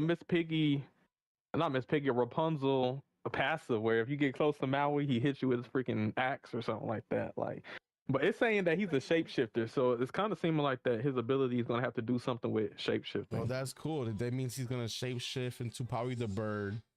You know, probably give him like a speed boost with the bird, because he does do the bird. He does the shark, and I forget. He does a whole bunch of other animals. So like, I don't know how they would like incorporate that. Like the main one is the bird, though. I will say that his main one is the bird, but like, what else? Like, unless one of them is going to be a shapeshift and the other one's going to be him just like either throwing his hook or doing something with his hook. I Yeah, I feel like definitely this think he's definitely gonna gonna be something incorporate the like hook. Yep. Got to. But how was the music in Moana 2? I like the first song was fire. Like, you know how they do like the beginning song, like after a couple like, you know, scenes and whatnot. Like, yo, that first song was low key fire. Okay. Mhm. I mean, See, the Moana soundtrack this is good. It's sad that she won't get a season, but maybe one day, And Game Loft will start, you know, adding tracks for Midseason Racers and soundtracks. yeah, they should. Once they get through all of the Disney properties or whatever IPs. Who were the two characters that you think could have made Moana a season? I know there was like a female villain, right? She could have been a racer, right? You know what, Tafiti? Mm-hmm. Or I just looked at the trailer. How would they do Tafiti as a racer? Because she's like humongous in Moana 1. I mean, Moana Well, isn't there a 2, villain? Wait, wasn't that There's the a villain in island? Moana 2 though. Yeah, Tafiti was the island. She was like the island, and then she was like evil because he took away the heart or something. The heart of the island or something. the heart of Tafiti. Shit. They could Yeah, the have heart of minimized Tafiti. her. So that would be interesting. Yeah, like Bowser's a giant, but they make him a character. But I will say with but that's Mario. The crew leaks for Moana, there is no mention of Tafiti in those crew leaks. So that is interesting. That is. So who's the villain in Moana 2? Without spoiling too much. Shit, I don't know how to say that without spoiling it. All right, never mind. Never mind. Don't say nothing because I Don't still say watch the movie. But I think they could have made a season because the thing is, I was, I guess, imagining a Moana track that could go underwater around an island, something tropical. So because we're not getting a Moana season, we're missing out on that. We're missing out on Moana remixes and soundtracks in the game because there's not a Moana season. So it's actually a bad thing that Moana is a mid-season racer, to be honest. Because they deserve better. They deserve their own season. But Game Loft can, do the mid-seasons justice and actually give them, their own tracks eventually. Because I think not adding like 101 Dalmatians soundtrack or track or Sleeping Beauty or Tangled, like they all deserve at least a racetrack and some song remixes.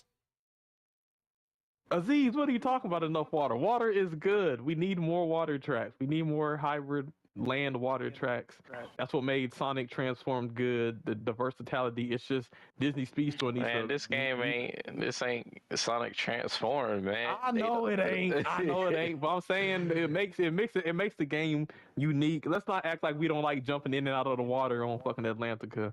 On that big ass jump, that's fun. I like. I don't. You might not like it. I like it. I like the difference. I like the physics change.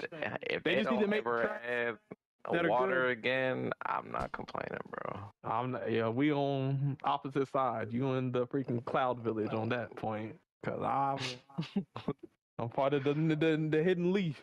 But anyways, yeah, bro. I like water. I like water. Yeah. Part of the hidden leaf, y'all.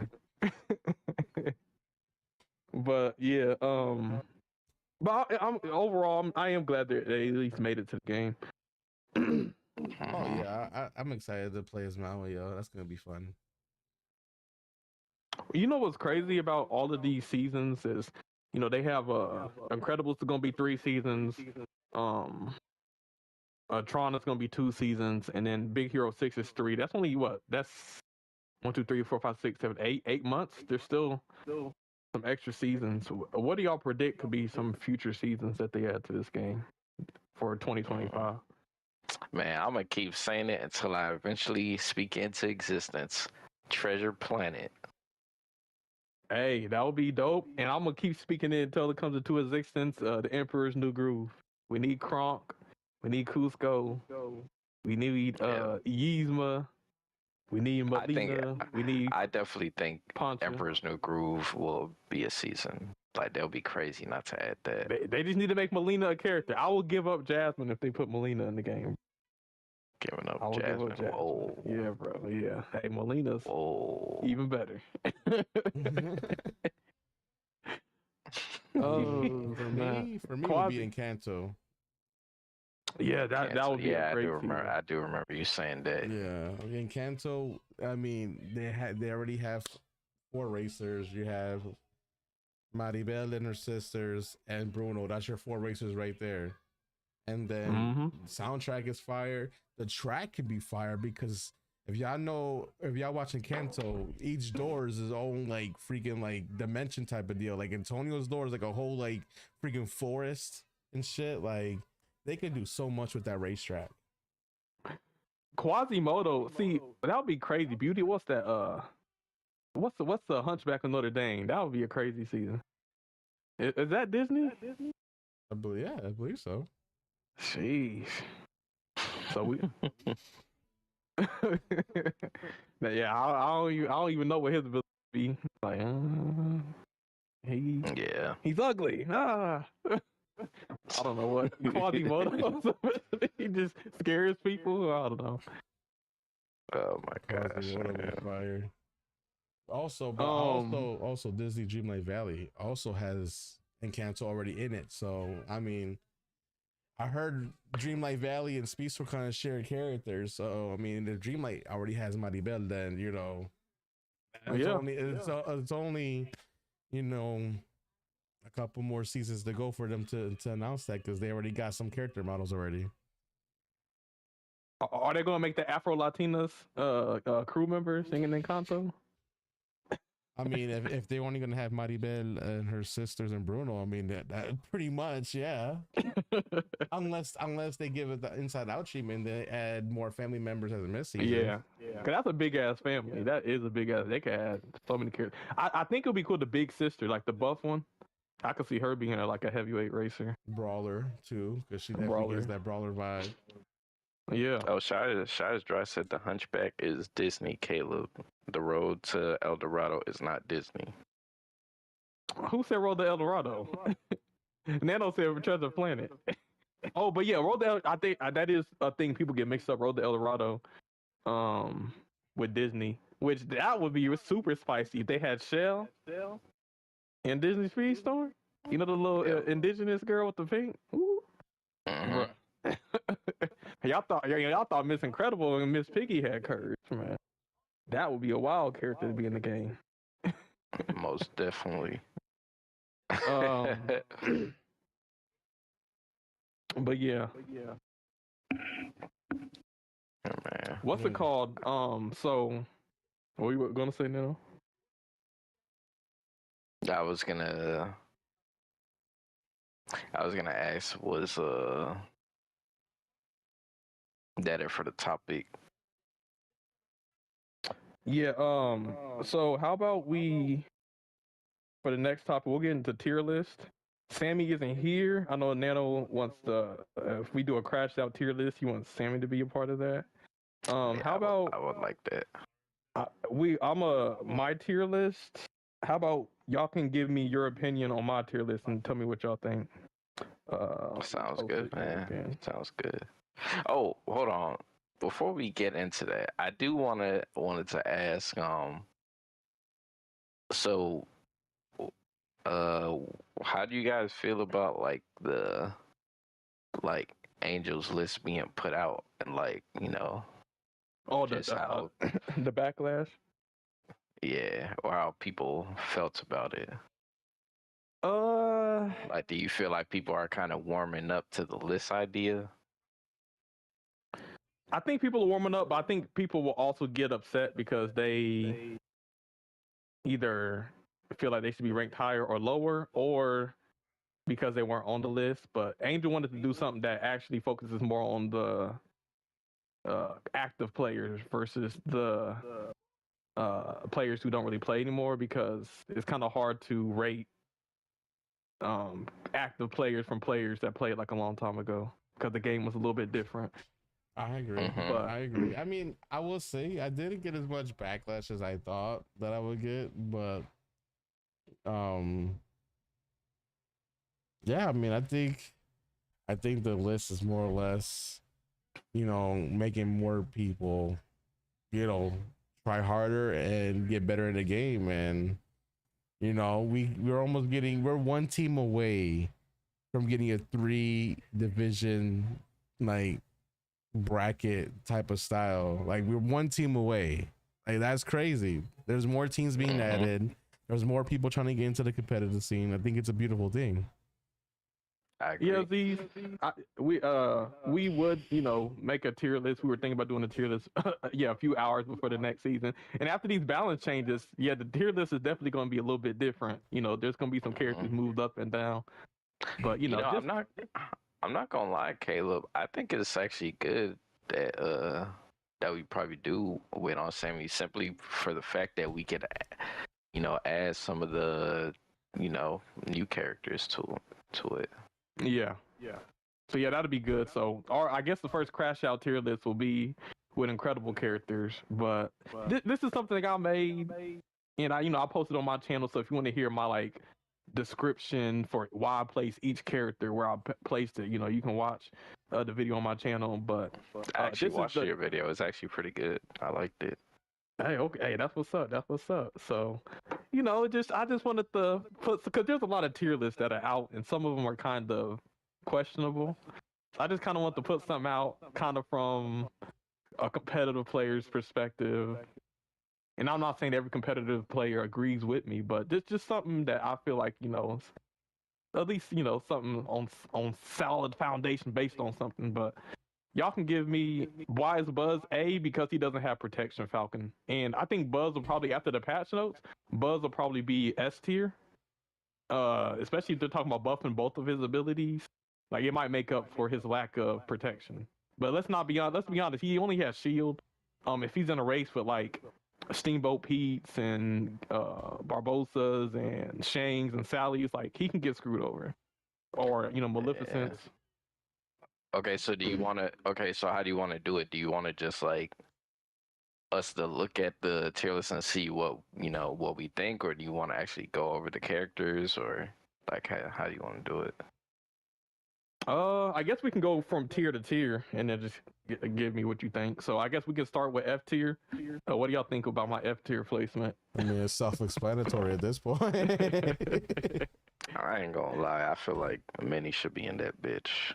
It's debatable. I think she has protection, but she's Because D minus F plus, bro. Every time, because the thing with Minnie, bro, is I feel like she's the only character that has protection, and I feel like it doesn't matter, bro, because she gives people protection, and they're just faster than you. It's not like where Anna gets protection, but she's also fast. Granted, she did get a top speed nerf, and Minnie actually got a top speed buff. But if we're talking about this current season, Minnie is dog doodoo tier, bro. I could even make an argument. Damn. That I would prefer to race as King Candy, because at least I could hit people in front of me. That is true. I mean, but hey, tomorrow Minnie might not be as bad as people say that with the buff. Hold on, watch that top speed go up by 80. We gave ready points. Yeah, goofy stuff. So I think I would put her at F, but I don't have a problem with where you put her because it's still low as fuck. Yeah, I agree. All right, so what about the D tier list? What do y'all think about the D tier placements?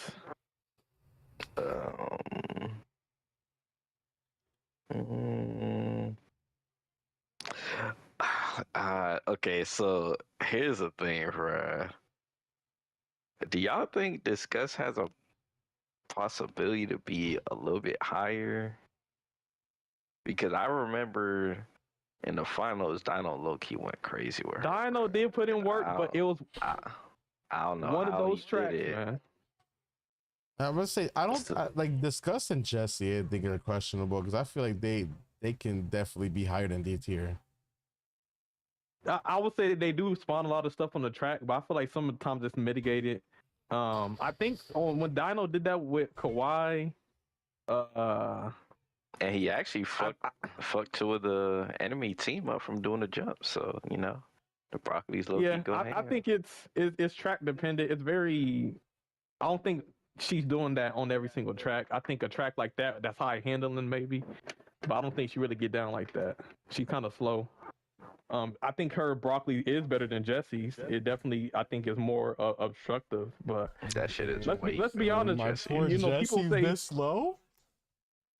Jessie she has no protection. She has no comeback potential. Think about it. Like her tap blocks in front of you. Her charge blocks behind you or something like that. Like that doesn't help you in a race get ahead, especially when people got cloak. When people have vulnerabilities. One thing I will say what kind of fucked her too is with them nerfing the amount of blocks that's on the field, she actually gets less boost from it too because she doesn't hit as much people. So I think that affects her too. And I think maybe some OGs or some players who played in the earlier seasons is like, this is blasphemy. Because Jessie actually used to be hella strong. Whenever she had hella blocks, and whenever you hit the block, you would be stunned for a long time. Jessie was like definitely like a high tier. You know, she was definitely one of the best lightweights. But ever since they nerfed the stun duration, they nerfed her blocks, she ain't it no more, bro. Yeah, she's not. I don't think she has the boost management to keep up.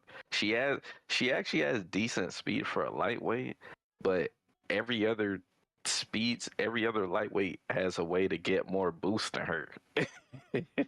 And they're like better in like other categories. Like she doesn't have protection. And originally I actually wasn't even thinking about putting her in D tier, but now that I look at this, she probably is D tier because I would much rather use Donald than Jessie any day of the week. Yep. I see y'all comments, but you say you don't think she should be bottom 3. Well, who would you have as the bottom 3 outside of Candy and Minnie? At all of the lightweights that are available, who would you have bottom 3? Man, I will say this. I used to play Jessie. I think Hortensia is better than Jessie, bro. Yep. Like I would say, like Jessie got nerfed. Aside from the toys, her top speed, because when I played Jessie in early access before all the top speed changes and stuff like that, she was always capped out at 144 miles per hour. And now I don't even touch 140. Mind you, they had speed caps back in early access. So like she was capped out at 144, no matter if you were maxed out crewer or you had the enough stats to push her to 144. Now she touches, I think it's 136 or 138 miles per hour maxed out. So she don't even touch her old top speed that she used to have, which kind of sucks because she was pretty strong at 144 miles per hour. Mm-hmm. And remember, I don't know if you guys remember this. I remember hearing multiple people say back then when she was strong, damn, they buffed her top speed. She didn't need that. Now she's going crazy. But now that we see, you know, she actually does need it because, you know, she can't stun as much people. You know, the boost ain't there. She don't got protection. Like, she just don't got the it factor no more, man. She don't. And protection is huge in the meta, so I don't know. The thing about like characters like Discuss and like Steamboat and Pete and stuff is when they put stuff on the track, like even Gantu, when they put stuff on the track, that shit is everywhere, bro. Like it's hard to avoid. Like you gotta really fuck up your lines. With Jessie, it feels like a minor inconvenience, low key. But that's how I feel. And also, I will also add, you know, back when Jessie was strong, we didn't have as many racers that literally are invulnerable so much of the race that it's not really like, you know, it's not helping Jessie at all. Like back in season 2 and 3, you know, there's not that many people that had a lot of defense compared to now where damn near a lot of racers can just avoid all that shit. And obviously she don't spawn as much blocks anymore either, which I think they should revert that change now. If there's so many people with vulnerabilities, just bring the old Jessie back. I agree. I got like, and Calhoun's pits. I mean, they did nerf that, but even Calhoun's pits are easier to get hit by than Jessie's shits. I gotta respond to Crusher. I think he's saying that, you know, I'm saying that the characters are track dependent, but so is it for top speed characters. But here's the thing. I hear your point, but there are more top speed maps in the game than there are lightweight tracks. So therefore, the top speed characters are going to have more of an advantage statistically. Like if there's, let's say there's 20 tracks and 2 of them are high handling, then the other 18, you're better off just being a middleweight or a heavyweight. And on top of that, a lot of the middleweights have good handling too. So a lot of the middleweights can keep up with the lightweights. I mean, look at the Nightmare track. Yeah, the lightweights go crazy, but there are middleweights that can keep up with the lightweights too. So, a lot of the issue is a lot of the heavyweights and middleweights also have good handling and abilities that can kind of keep them up. That they can do well on handling tracks as well. That's exactly why Nightmare Before Christmas is probably regarded as one of the better tracks in the game, because I feel like multiple archetypes of characters could do good on that map. Mm-hmm. Is my tier list based on random map? No. But okay, is it a comp tier list or is it like a ranked tier list? It's just considering everything, rank, okay, and competitive. We can't sit here and be like, oh, they changed the crew members. All of the lightweights are bad. They can't keep up. But then be like, oh, they need a speed increase. But then be like, oh no, they're also S tier and A tier. How can they be S tier and A tier if everybody's complaining how the lightweights can't compete because they're too slow? Like I think the speed is like the most important stat according to my list. So that's why if you're a lightweight, I can't put you above C because you just don't have the speed. Okay. Understandable. Yeah, I get that. Yeah, I can't be biased because I can pick a lightweight at rank and I fucking beat Hans with fucking disgust. You guys seen it? So and that wasn't on a lightweight track either. Hold on, I'm back. I think I disconnected. What'd you guys say? No, I was just saying for me it's kind of hard to look at some of these racers because when I play ranked, you guys seen it. I beat Hans with fucking lightweight racers on heavy tracks. Yeah. So it's kind of hard for me to look at some of these because I can really fuck shit up with a Discuss or a Jesse. Yeah, but if Atlantica, Arendelle comes up and you're Meg or you're a character like a lightweight, you're getting smoked. Let's be honest, you're getting smoked. And when you have like a lightweight maxed out with good crew, yes, in ranked you can feel strong and powerful, but also you have to consider, is the person that you're racing against, are they a top player? Because yeah, you probably could beat Falcon with Meg. Not Falcon, you probably could beat Hans with Meg if it's some random person on the Hans, but if it's Falcon on Hans, probably not. Like I think a lot of times people be like, oh, I'll be a level 50, Hans, I'll be a level 50 Jasmine with a lightweight, so therefore this lightweight is better than that character. It's like, no, you also have to consider the player skill. But yeah, Meg, what's it called? Mount Olympus, tracks like that, the long variants, I'm not basing on random maps, just in general, the lightweights can't keep up on majority. When you take in the totality of maps, most of them are top speed. So yeah, that's based on that. Okay. I don't really have anything else to say about the D tier. Me either. You see a lot of C tier picks winning competitive lobbies. Yeah, but but Crusher, that's on handling maps. So. You wanting to put the C tier characters or the lightweights higher is also based on maps, because if you're saying that, there's a C tier character that's a lightweight that won in a competitive map, then that's also map dependent. You're basing that character's performance on a handling map.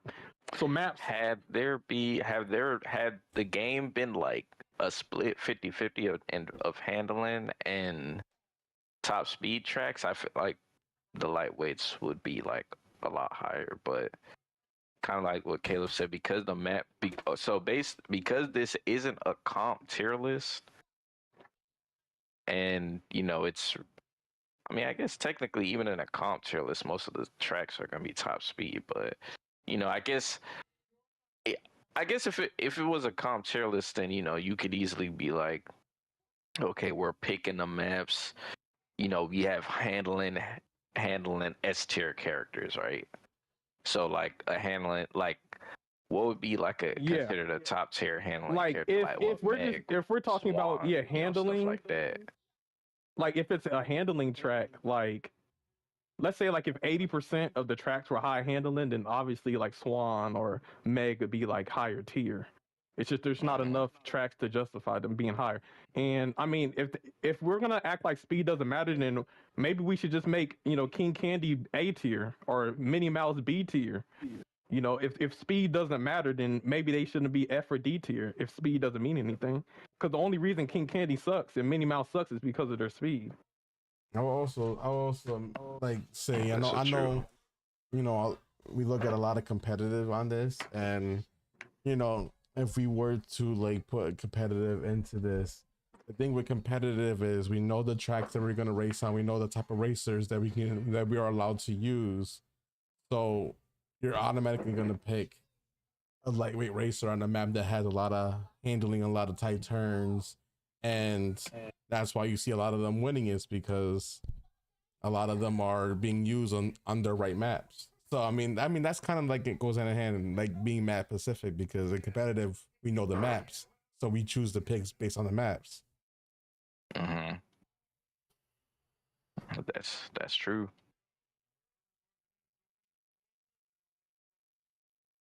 Yeah, but I think the issue, the reason, like I said, this is overall with ranked, you don't know what track you're getting.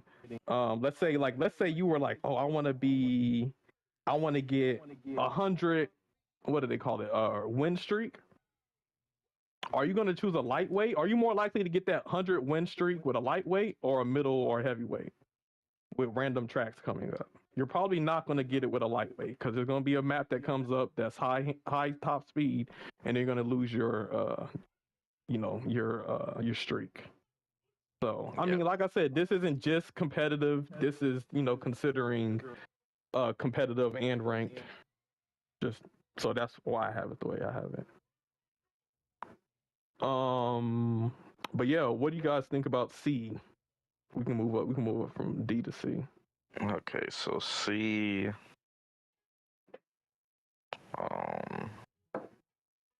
I'm fine with Mike because I feel like Mike is very gimmicky. So I'm fine with Mike. I think the gimmick places him above the D, but that's about it. The only thing he really got going for him. Mm-hmm.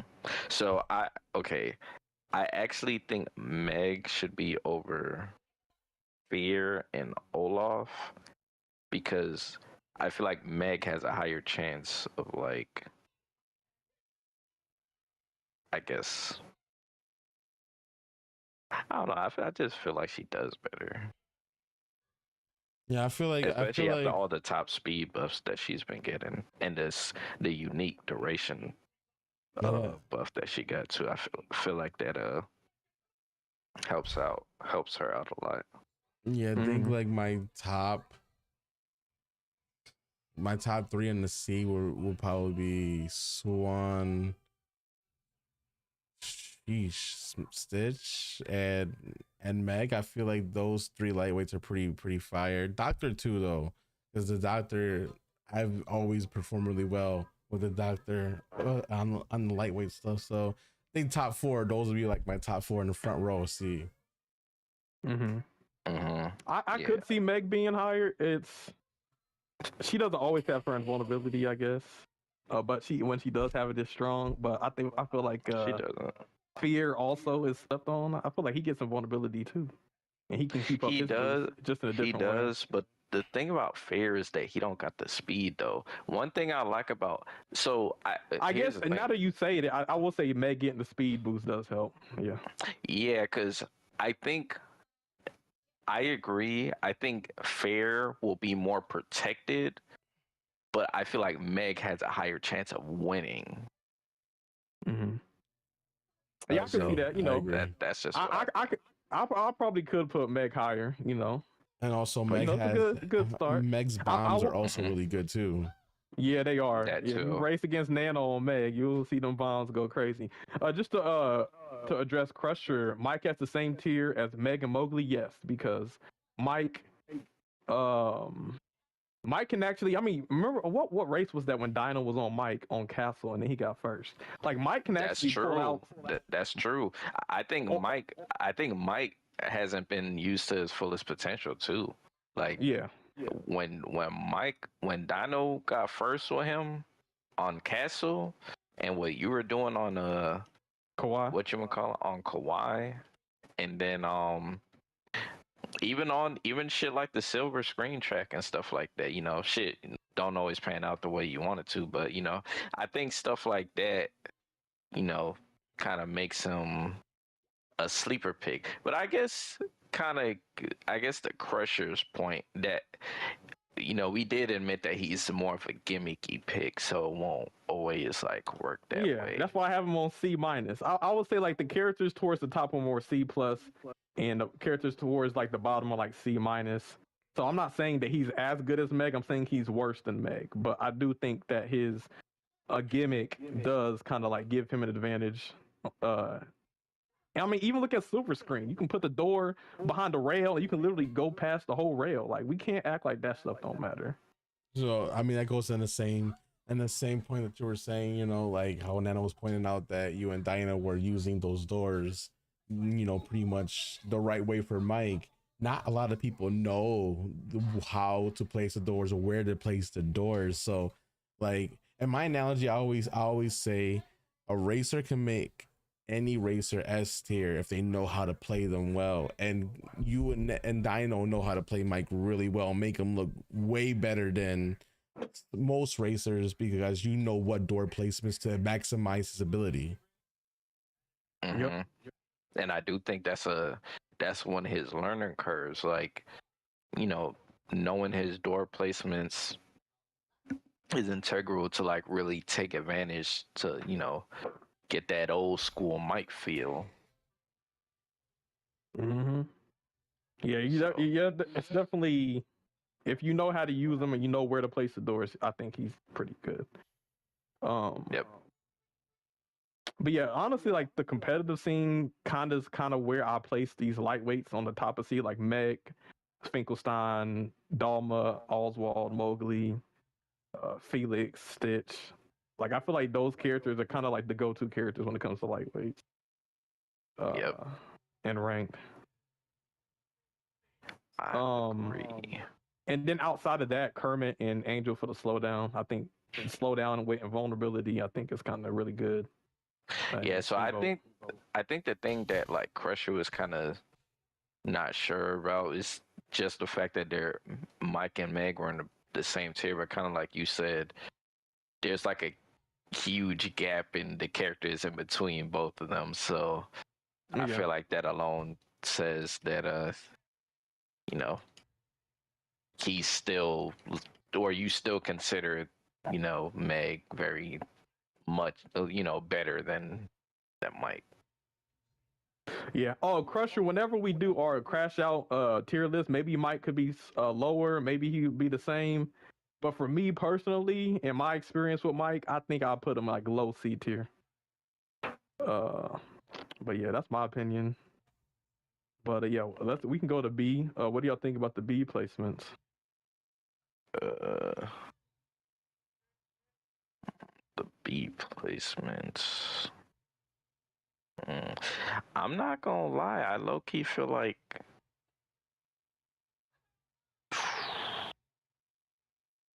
okay, I actually think Maleficent and Ursula could be an A tier. Understandable. But those are the only ones. What about you, Angel? What do you think? I also think Ursula can be A tier. Looking at everybody else, so I mean, Maleficent maybe, because Maleficent, if you play her well, that dragon is crazy, and also that lightning is annoying too. So I mean, I can see that. It is. put so when I see her lightning, oh my bad, Caleb. No, go ahead. Go ahead. When I think of Maleficent, I kind of think of her as like kind of like Gantu in a way, where her unique and how like chaotic it is. Like when you see the lightning, man, it's just it can be very hard to avoid, and it's even if she's like in first place, people could catch up to her, but I feel like with her having her lightning, she's always gonna be a threat, no matter where people are on the field. Yeah, And then when you get the dragon, kind of go crazy with it. You could pass like a shit ton of people. I will say the one thing that I think is stopping Maleficent from being completely A tier is the fact that none of her abilities go backwards. Yep. Is that true? What's her main that's item? actually a fact. That's a fact. So her tap summons lightning in front of her. Her charge summons lightning to the person in first. So what ends up happening if you are Maleficent, you use your lightning, you get the dragon, you get in first, you no longer can use her charge. Like it literally doesn't do anything when you're in first. So what's her main item? Is she a bomb trickster? I'm not sure if it's bomb, cloak, fire. I'm not 100% sure what her main item is. Pretty sure she's bombs. Bomb, okay. Okay, I mean she can send bombs backwards. My thing with her, I think she's really strong. She, if she gets her lightning lined up, but it's just. I mean, Caleb, you were the one who said you think Maleficent was meta if she's able to, be in like solo lobbies.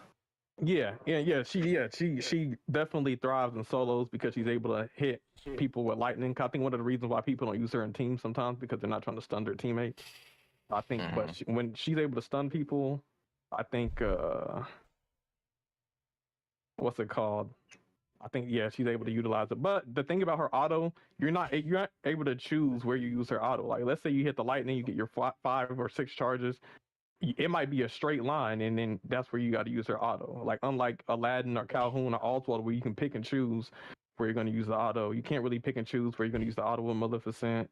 Her lightning, it doesn't really do anything when you're in first, so then people kind of catch up to you. So because of that, and I don't think she has the best protection. Because of that, that's why I would put her in B tier. Because A tier, a lot of those characters have like invulnerability and shit. Okay. So, I will admit, I don't have the most experience with her other than using her at a low level. So I haven't used her in like a strong state. But Crusher, I gotta disagree with you. I don't think Figment special sucks in first. I think his special helps him extend his lead. But I think I definitely don't think his unique. I feel like his unique actually is really good in first. Even Effortastic, bro. That's like a big reason why he loves Figment. Like that, his unique being the way it is like the reason why I feel like he could front run now. Yeah.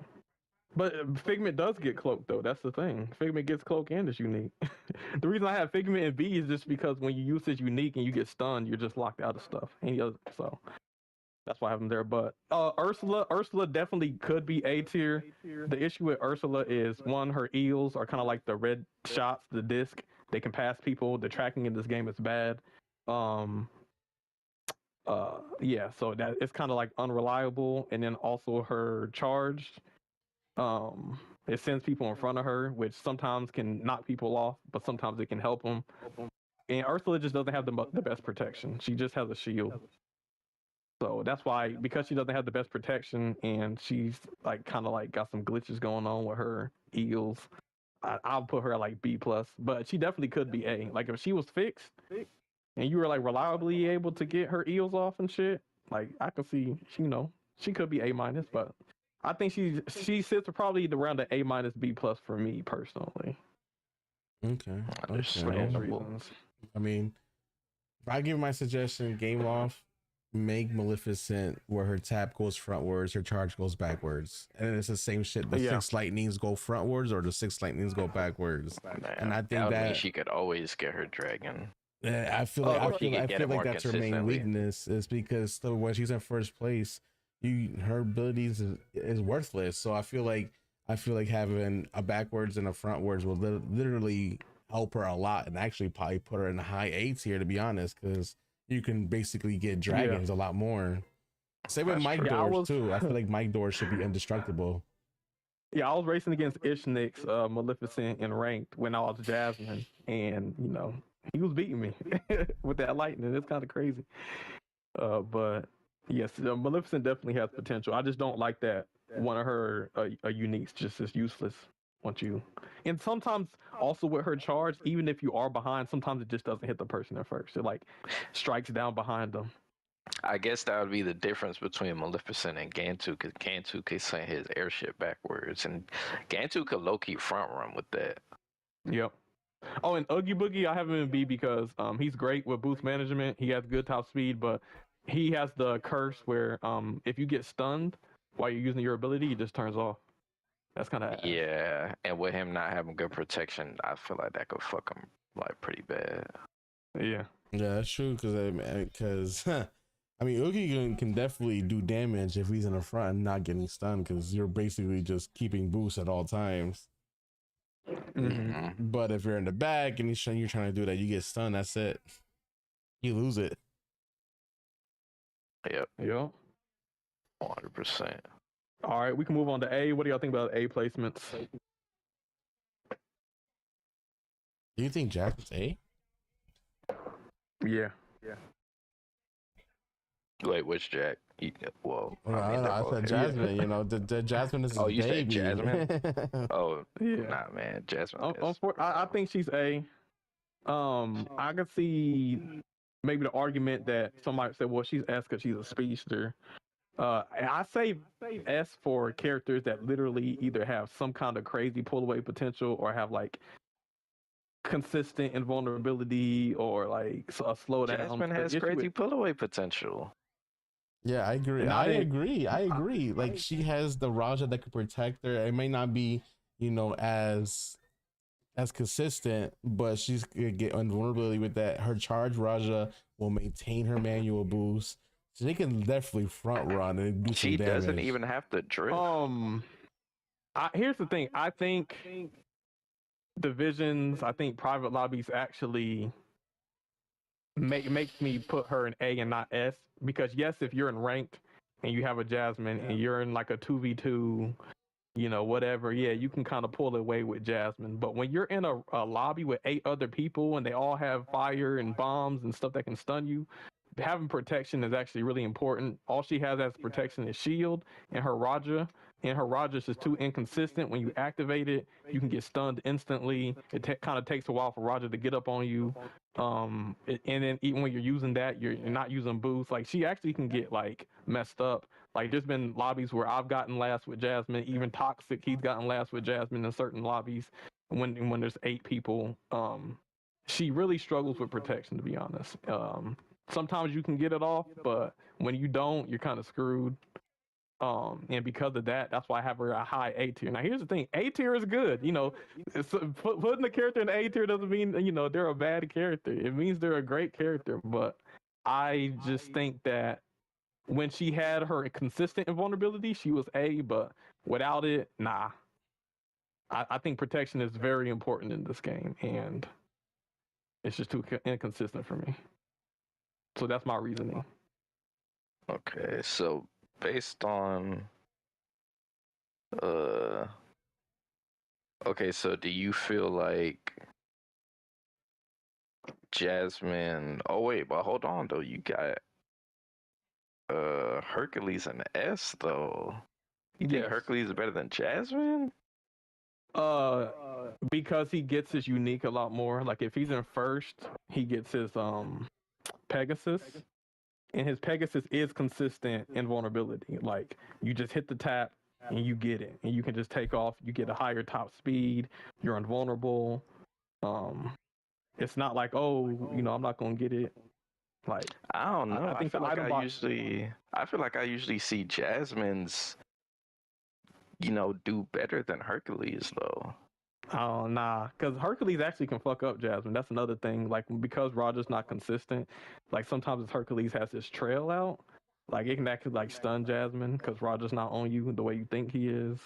I Yeah, think but Hercules are we actually. talking about the head to head? I thought we were just talking about just overall performance. Yeah, I'm talking about overall. I think ever since the item box changed, Hercules has moved up. Hey, Hercules has Wait, gotten a but lot of hold buffs. on. Wouldn't the change actually help Jasmine too? Because if she's in first, wouldn't she just get Raja? Raja, and she's one of the people that could get rushed too in first. Yeah, she can get Rush and she can get Roger, but like I said, it's like you have to pick and choose. If you're using Rush, not Rush, but if you're using like the boost management for Jasmine, then you're not getting protected, and it doesn't really last that long. I mean, I Like, guess. dude, like an example would be like a Jungle Ruins, right? You could use Jasmine on Jungle Ruins. Like, you're probably gonna run out of boost versus a character like Will Turner or Anna or other characters because Raja lasts like what a few seconds and then he disappears. And then once he disappears, you have to hope you get a speed pad, and if you don't, like you run out of boost. You can get stunned. I don't know, but I feel like you're gonna have boosts a lot more than Hercules. I agree. But Hercules, yeah, boost. But I think Hercules is what's it called? I think his unique is better because because here's the difference, right? Because Jasmine is a speedster, she's going to get her rush more in first. Hercules, because he's a brawler, he doesn't get rush or boost in first, so he's just going to get his unique and cloak. Yeah, but wouldn't Jasmine get I mean Rush helps Jasmine though. Rush helps her keep front run and keep boost up and stuff. I mean, it can help you maintain your boost a little bit longer, but it's not like it's a consistent boost management like Ana or Tia Dalma or nothing. And are you sure she doesn't get her unique a lot in first? No, she gets her unique, but like I said, her unique when it comes to protection at least is inconsistent. Like I'm not denying the boost management, but she's not protected like that. Okay. I mean, me personally, I feel like Jasmine is an S tier character, but this is your list, so that's just my thoughts on it. I guess I put in thousands. I don't know if thousands of hours, but thousands of races. I put in a lot of time with this character. I trust my experience with Jasmine. I've done these private lobbies with Crusher, Toxic, Silent, ranked or the competitive divisions, and I don't always get first with Jasmine. I'll pull Jasmine out sometimes and get last place, because of her lack of protection. I'm using her boost management, like y'all say, like she's getting her boost, she's getting her unique, but sometimes it doesn't matter because she doesn't have that protection. So I trust my opinion on that. So I will put her A+ tier, but for those reasons, that's why I don't have her in S. Man, Toxic said, as a Jasmine main, he loves Jasmine, but she's S tier. So okay, that's his opinion. But he's a Jasmine main, and I guess #1 Jasmine because he beat me on stream. But guess what? Like, why did he get last place with Jasmine in the private lobby if she's so good? I mean, I could believe you could, have races where you don't get the best results with an S tier character. Nah, if you're Ariel, you should never get last place. I've seen Will Turners get last place. Yeah, because I mean, his stuff is kind of reliant. If he gets hit too many times, he can get behind, and also it just depends on RNG of the race. But Will Turner has better boost management and protection than Jasmine, and a better comeback potential. Like, do you think Jasmine's better than Will Turner? I think she's close. I don't think she is. I'll give her the edge because I don't think that. I think Will is better because he has the protection. But to me, I feel like Jasmine. When I use Jasmine, she feels like an S tier character. When I see Jasmine being used like in a race, like to me, she just feels like an S tier character. But like I said, like it's not something I'm going down the hill on. You know, you the Jasmine man, so you know you got your opinion, man. You know you got your reasons. Yeah, I know, a lot of people, that's the one thing a lot of people have a question mark with. And, I'm just, I got to explain myself, my reasoning. Like I said, it's my list. We all have different reasonings and the way we rank characters. But based on how I'm ranking the characters when it comes to ranked, competitive, I think consistency and invulnerability is very important. I think people get way too used to races where there's only like 2 people in the race, and then some characters look a lot stronger than they actually are, or a lot weaker. I think Jasmine doesn't do as well in bigger lobbies. I feel that. One thing I guess I do have more to say about the A tier, but I don't know if Angel got anything to say or anything you wanted to say. I mean, I also think Jasmine should be S tier, but that's just in my opinion. But like, I mean, everything else. I'm looking at the list. I'm trying to see anybody else. I think Buzz Loki could be S tier as well. Yeah, I mean, hey, there's a reason I put him at the top of the A. Buzz, he could be, but like I said, it's protection. As you can see, I'm at least consistent with my reasoning. If you look at like Davy Jones, he could be S tier, but he doesn't have protection. Buzz doesn't have protection. Jasmine's protection's inconsistent. That's why I kind of have him A plus. It's just the protection. That's literally it. Okay. Well, I guess Buzz has pull away potential. With his rocket stuff.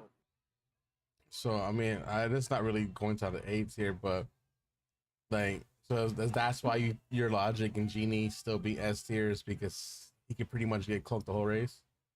Yes. He can get cloaked the whole race. He can get every item he needs. Like, let's say he's in the pack, he will get rush and he will get boost. And then if he's in first, he'll get cloak, he'll get bomb, he'll get fire. And then he still can use his tap to get invulnerability. Like he's a cloak defender. Like Genie, I think, yeah, he deserves S. Top speed, cloak, boost, all of that. Okay. I mean, I think it's more or less like, because I think Genie got hurt so bad with their item like changes, because Genie used to be super strong, and now I like people can catch up to Genie now because he can't get boost items in first place anymore. Yeah, that's true. He lost his pull away potential. He can't pull away from the pack, but his ability is so good he can stay in the pack. So even if you do pass him, he's just gonna pass you right back. No, I agree. I definitely think Genie's still a S tier character, because I actually agree with you, Angel. I do think he got like kind of fucked by that change, because Genie used to fucking go insane in first place. Like you couldn't do nothing once Genie got first place, and usually that's not something that defenders could do. But I think Genie,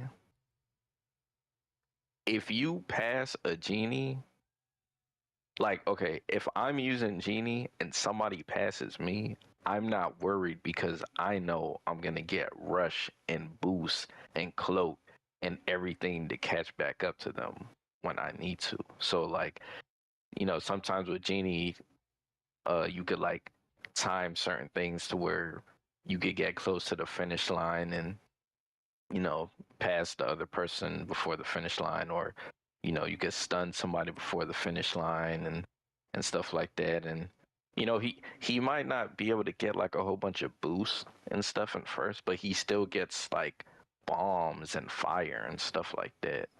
So he could low-key could gatekeep somewhat at first. But if he gets second, I don't like, Genie is low-key probably gonna get like a top spot like most races. Yep. And like I said, when it comes to the Buzz thing, let's be honest, Buzz isn't gonna do nothing on certain maps on Kauai. Yeah, but I mean, I don't think anybody's using the characters like using heavyweights on Kauai anyway. So I think that goes for like a lot of people. But yeah, we already had that discussion a little bit earlier with heavyweights and maps and shit. But yeah, but I guess Me I don't know. personally, oh, go ahead, Caleb. I didn't know if you had anything else with the A that you agreed or disagreed with. Yes, I do. So I know a lot of people think that Bo Peep is a S tier character, and for the longest I did too. But I feel like she is a high A tier character because though she gets protection and she's consistent, to me she doesn't have the it factor to make her a S tier character. I agree. She's like consistently good, but if you don't have your invulnerability, she could get fucked. Yep, she's item box dependent because her invulnerability doesn't last the longest amount of time. So if there's like a track that doesn't have a lot of item boxes, like you're not going to be invulnerable that much, or your vulnerability is going to be limited. And she doesn't really have like catch up or pull away potential. I agree. Like, I also feel like she's really boring to play. I don't know why, but I feel like I feel like Bo Peep is just so boring to play.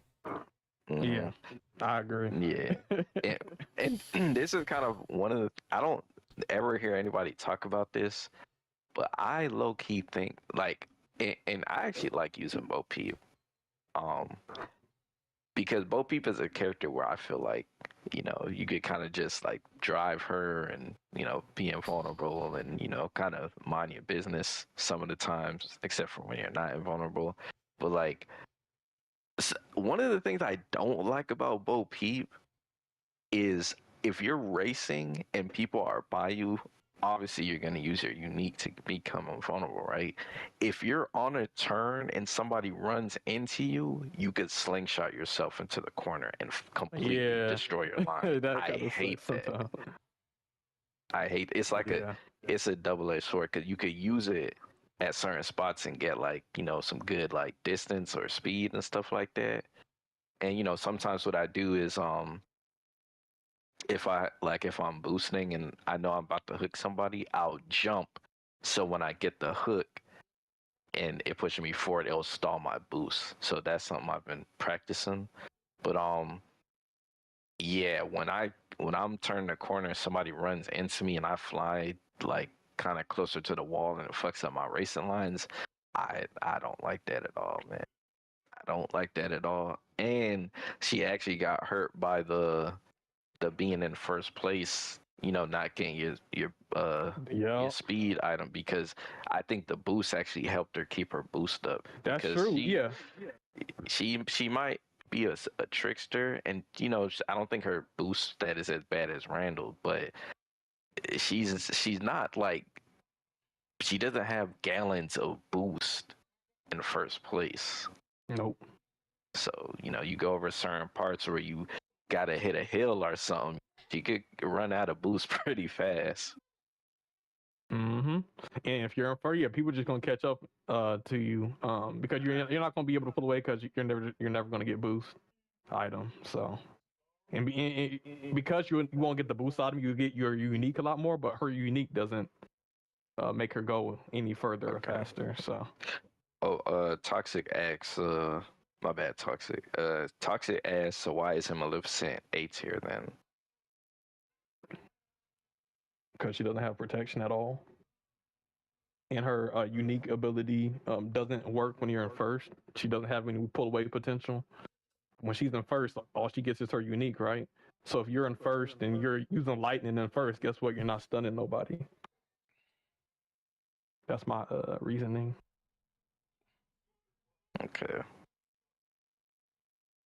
Okay, but I mean, well, it's kind of like just, we're talking about Bo Peep. We're talking about Bo Peep right now. How she doesn't have that anything that elevates her to pull away. Like Maleficent, once she's in first, she doesn't have anything that makes her pull away. At least Bo Peep, if she's in first, she has some protection.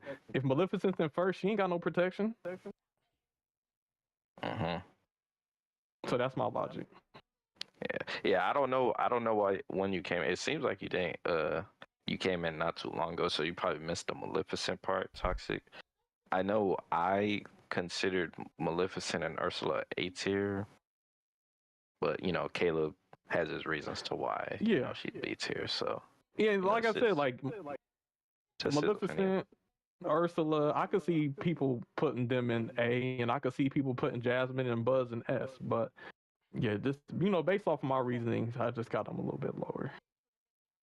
But yeah, I guess any more A disagreements? Well, hold on, Angel. What do you think about the Bo Peep stuff? Do you agree? You still feel like she's S tier, or you feel like she's in a good spot? Like, how do you feel? Because when I hear people say Bo Peep, they usually put her in S tier. But I kind of feel like people are like power creeping her, like boost wise. I think it's kind of like Incredibles. If everybody's S tier, nobody's S tier. You got to draw the line somewhere. So yeah, I think with Bo Peep, like I think she's good at a high A tier, just because like you said. I mean, if you don't know how to use her ability where you're not gonna like get boosted to a wall and stuff like that can really like affect you. Especially if you're around people, but it can also help you at the same time. But I mean, I don't know. It's just something about Bo Peep. I can't see her S tier. I don't know why. Because I mean, she does got good factor, she man. don't got the She it lacking factor, that. man. I'm telling you. Like, dude, when you use a character that you think is S tier, the first thing you think of is like, yo, I'm about to fuck shit up. But yeah. when I use Bo Peep, I don't get that feeling, bro. I just feel like she's consistently good. Yeah, and I also don't get excited playing as her, but that's just me, I don't know. I don't know. Mm-hmm. Yeah, I've heard people say that. She's not. I don't really mind it, but I could completely understand. Why you would say that. But all right, I guess if there's no more disagreements, I guess we can go to S. Well, yeah, man. Well, yeah, I ain't gonna lie. Calhoun- You're the. Oh, go ahead. Huh? You go say what you're gonna say. You the first person I've seen put Hercules in S tier, and I'm kind of interested. I'm not against it, but I want to hear more, man. I want to hear more. I played a little bit of BRZ Wolf, man, and he was kind of doing some crazy stuff with Hercules, and the way that he was able to just continuously get his unique because of the item cycle change kind of made me realize Hercules' potential, as well as Hercules getting all the buffs he got, speed increase. You get more of a speed boost when you're in his Pegasus. His stuff lasts longer. He's actually pretty decent. Okay, so do you feel like? So you said you've been playing Wolf. He has pull away potential. That was a little bit in rank, but even in like some of the privates, I think we did a private lobby, and what was it? It was Silver Screen, and I think Toxic was on what's his name, Hercules, and he was like 3 or 4 seconds ahead of everybody, and people were on Davy Jones and Will Turner, and Toxic was killing it with Hercules because of the way Hercules is able to get his unique with the Pegasus. So, like, I've seen a lot of Hercules action that makes me, see his ceiling, I guess. Okay. Hey, I ain't gonna argue the S tier because I like Hercules. I think when he's not, I feel like he's handicapped in the team setting that we play because you don't want to fuck your team up, and you using your Pegasus helps the enemy team. So he kind of in like a hard position in like divisions, but when you don't got to worry about nobody else, I feel like that's when you really see the power of Hercules. So I ain't against it. Yeah. Well, I guess while we're talking about Hercules, we can move to S. I feel like these are the characters that have that it factor. Rapunzel. I mean, Nano, you've been in the private lobbies, and you've seen how I kind of just like abuse her lasso over and over and over. Rapunzel has that. She has good handling. She can maintain boost. consistent invulnerability, unlike Jasmine. So that's why I have her there. Baloo, he has that pull away potential, that it factor. He has invulnerability, so even if you don't want to feed the pumpkins, you can be invulnerable, and you have aggressive invulnerability, throwing bananas all over the track, stunning people. So yeah, Barbosa, obviously he has that it factor. He can slow people down. There's always invulnerability. See, consistent invulnerability, common thing. The only thing the reason I don't have him higher, because he can kind of get fucked up if he's not around people, because this is competitive and ranked. So like we already talked about ranked. Sometimes you get 1v1s, 2v2s. That's where he can kind of get screwed over. Beast, we know Beast. Beast probably could move down a little bit because his item cycle's fucked up when he's in Beast mode, because you're supposed to get it like over. They gotta change that, right? Yeah, I don't know if they did change it, and I haven't played Beast a lot lately, but I think it's like you get it twice, and then you get a random item, and then you get it twice. That's fucked. I will That say really that fucks that the doesn't flow up. happen all the time, because I actually was playing Beast earlier today, and I was on Beast mode, and I didn't get nothing but his uniques. So like, it's not like an always thing, but it does happen where like you're in Beast mode and you don't get his unique, you get like a hack or something. It's crazy. Yep, and I think Ralph and Beast are similar. Ralph is literally just Beast with his like windmill shit. Like he can kind of just, but he doesn't need to rely on the Beast mode. I think the way Ralph kind of he's like a mini buzz rocket. Like if you're underwater, you can use his windmill. On a hill, you can use his windmill. You can lake jump with his windmill. I think Ralph he's fast. I think Ralph is just a little bit better, but I don't know. Didn't they like nerf his top speed or some shit like Remember, that was fake. They said they nerfed his top speed, but he got faster. I don't know if you remember. Oh yeah. Because remember his stats. Yeah, I remember that. So he actually never really got nerfed. Yeah, Jumbo, that's obviously. crazy. Shang, obviously. And he has consistent invulnerability. That shit lasts a long time. It's aggressive. It's aggro. You can get he's a double boost defender. bars with it. Yeah, double boost bar. this man is a monster. Yeah, bro, they tripping, man. I don't know Sadness, what they literally. was thinking. Yeah, I don't know what either. He can throw his staff forward, so there's a skill element too, blah, blah, blah. He's just crazy. Sadness literally has everything you need in a racer. The only thing she doesn't have is pull away potential. But, I mean, at the end of the day, she doesn't need it because she can gatekeep first. Because even if you try to pass her, she'll slow you down and get boost from it. Mhm. And also be Aladdin. close. Yep, and be cloaked, yep. Aladdin, he should be lower, but because of the clock, he's up there. Yo, speaking of that, in the patch notes, it doesn't say anything about fixing that The clock clock. thing. Nope. So Yeah. it's not, the auto isn't going to change anything. The auto nerf, it might be a little slower, yeah, but I mean, he still has his carpet that can go 160, Bro, 170. He still has clocks. This is why I think Game Loft don't really play test their games, because they would know Aladdin getting clogs.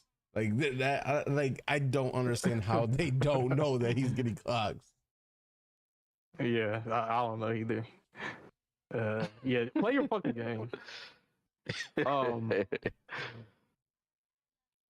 What's her name? Will Turner. Well, Anna's going to be moving down because of the nerf, probably. But I got Will Turner up there because, bruh, he has his unique. He has a shield. He can get it back to back. Like if let's say like you're racing with Hans stuns you. Guess what? You get your unique back again. And when you have your unique shield, you can maintain boost. If you use his charge and you're in a crowd, you can pass everybody. If you're in first and somebody tries to pass you, you still get boosted ahead of them. He has cloak. He has a boost. He has a shield. He has boost management. He has pull away potential. Like his only weakness is that if you're able to stun him and he doesn't get his unique back, then he can get screwed over.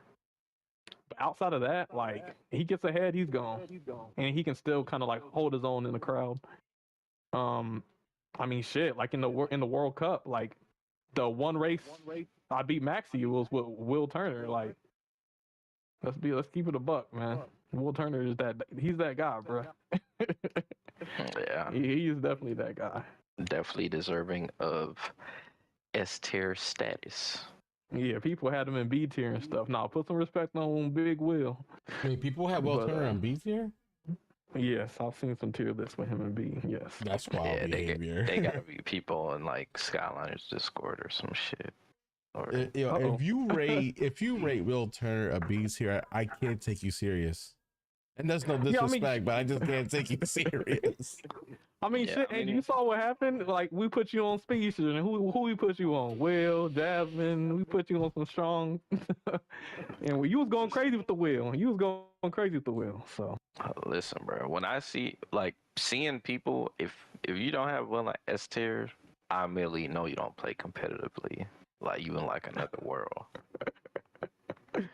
yes, bro.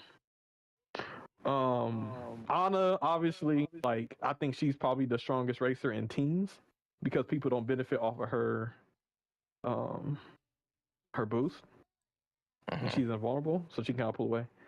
Obviously, Anna's Anna. She's strong. You can look at the UCs, unlimited boost, 155 miles an hour, consistent protection.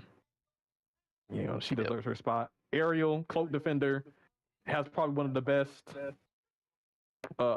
speed boosts in the game. 6 speed boosts, and you get a speed boost with cloak. Yep. And we all know why she's up there. You know, she probably would have been higher before the nerf, but she's still S tier. A lot of people like, yo, Ariel, she got nerfed. She ain't strong. She's still strong. Look what happened to solo tournament, man. There's a reason why everybody using Ariel on Jungle Ruins. Like, even with Will Turner's boost, like Ariel just has that hit factor. Unlike Bo Peep, Ariel got that hit factor. Hans, obviously we know Hans. Hans might be moving down depending on how slow they, how much speed they take away from him. So that could be curious to see. Yeah. I think with Hans, I think his I still think he'll probably be hovering around the S tier because his unique is still good. Like just being invulnerable, you know, I think he'll be pretty decently fast still, and you know, just hitting somebody with his getting 2 boost bars, I think it's still great. So, you know, I still think he'll hover around. I mean, if anything, he'll go from 166 maxed out to like maybe 162, you know, something like that. Like, Yeah, I could see that. and that 4 miles per hour can mean something, but it also means he's still really good. Yeah, he'll probably still be around King Triton speed, and my King Triton, I don't even have his crew maxed out. He hits like 161, 162-ish. So I could see him being around King Triton speed. Yep. And obviously, last but not least, Sally. Her ability is just too broken. Cloak defender, high top speed, can freeze you. She's a better gatekeeper than she's sadness but buffed up. Yeah, like she She's could better. ruin your whole freaking race. Yep. Yeah, it's just actually insane. Oh yeah, that's my list. You know, I know people will have different of opinion, but based on like I base this off of top speed and vulnerability boost, and then combat, and also considered ranked and competitive. So with that all in mind, that's why I have my list the way it is. I think it's a decent list. You know, obviously, you know, there's some things y'all pointed out that could be different. Maybe the Meg, maybe the, you know, Ursula's and different things. Maybe the Buzz. But overall, I think it's, in my opinion, I think it's, you know, solid. Oh my god. Compared to like what I see in the community, I think it's solid, man. Well, no, I mean, your list is actually a really good list. I mean, I agree with a lot of these. You know what I mean? I think it's good. You know, it's so kind of like this list. You know, it's kind of like making a you know, a Yeah, player I'm feeling list. You some know, of the pressure that got y'all felt, man. People I'm got starting- people got their own opinions. You know, we have our own experiences and our own perspectives. You know, even you know, me and Angel thought there was some stuff you could change differently about your list, but that's fine too. And you know, I'm pretty sure based on your list, you'd feel the same about ours. You know, it just y'all is have a what it list, and I is. might have something I disagree with. Yep. Yep. You know, So, obviously, it's fine. yeah, I kind of feel like, you know, y'all had y'all list and people came for y'all. I know I got my list and some people like, what's going on here? But this is based off of my experience with all of those factors and stuff. But yeah.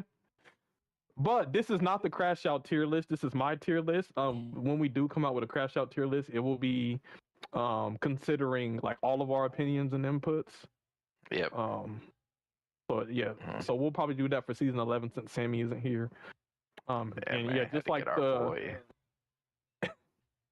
yeah, me and Sammy, we still have to do our top 100 list, and then once we get our list, which people will agree and disagree on, we will come out with a Crash Out podcast top 100 list, kind of like combining our list together. So, but yeah, this is my season tier list before season 11 in a couple hours. But yeah, I will probably use this to help me when it comes to some of these tournaments, competitive scene, private lobbies. I kind of use this to help me. Yes, sir. Yes, sir. But I guess other than but yeah, season 11. no, I hope you guys are excited. yeah, Go ahead, Gaston hasn't had any buffs or nerfs at all, has he? Nah, he hasn't. He hasn't. Nah. I mean, I think Gaston is perfectly balanced. I don't think he really needs anything. Yeah, in my opinion. I think he's good. I just wish he didn't lose his trophies. That would really be dope. Because when you get his trophies, that speed boost is insane. But he doesn't have protection, so he often loses his trophies. Yeah, I guess I could kind of agree with that. It's rare that I see Gaston go have his trophies, so it doesn't really feel like you're getting the most benefit. So I feel like maybe he did have it for a longer duration or something like that.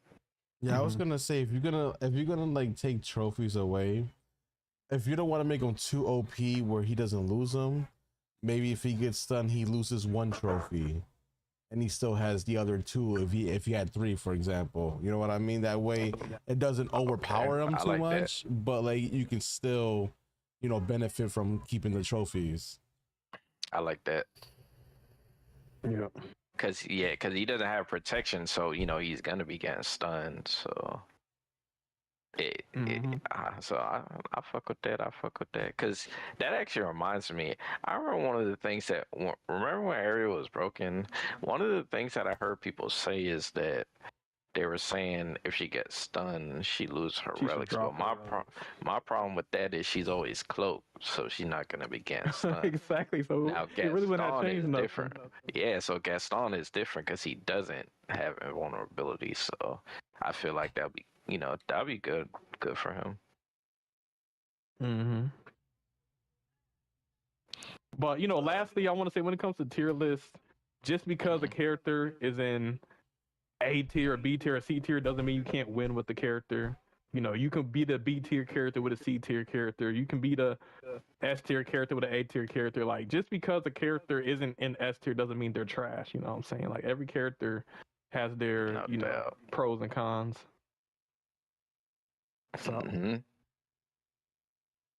but when I think of tier list, I often think okay, S tier for me is if I'm on this character, I will never lose ever. That's kind of how I think about it.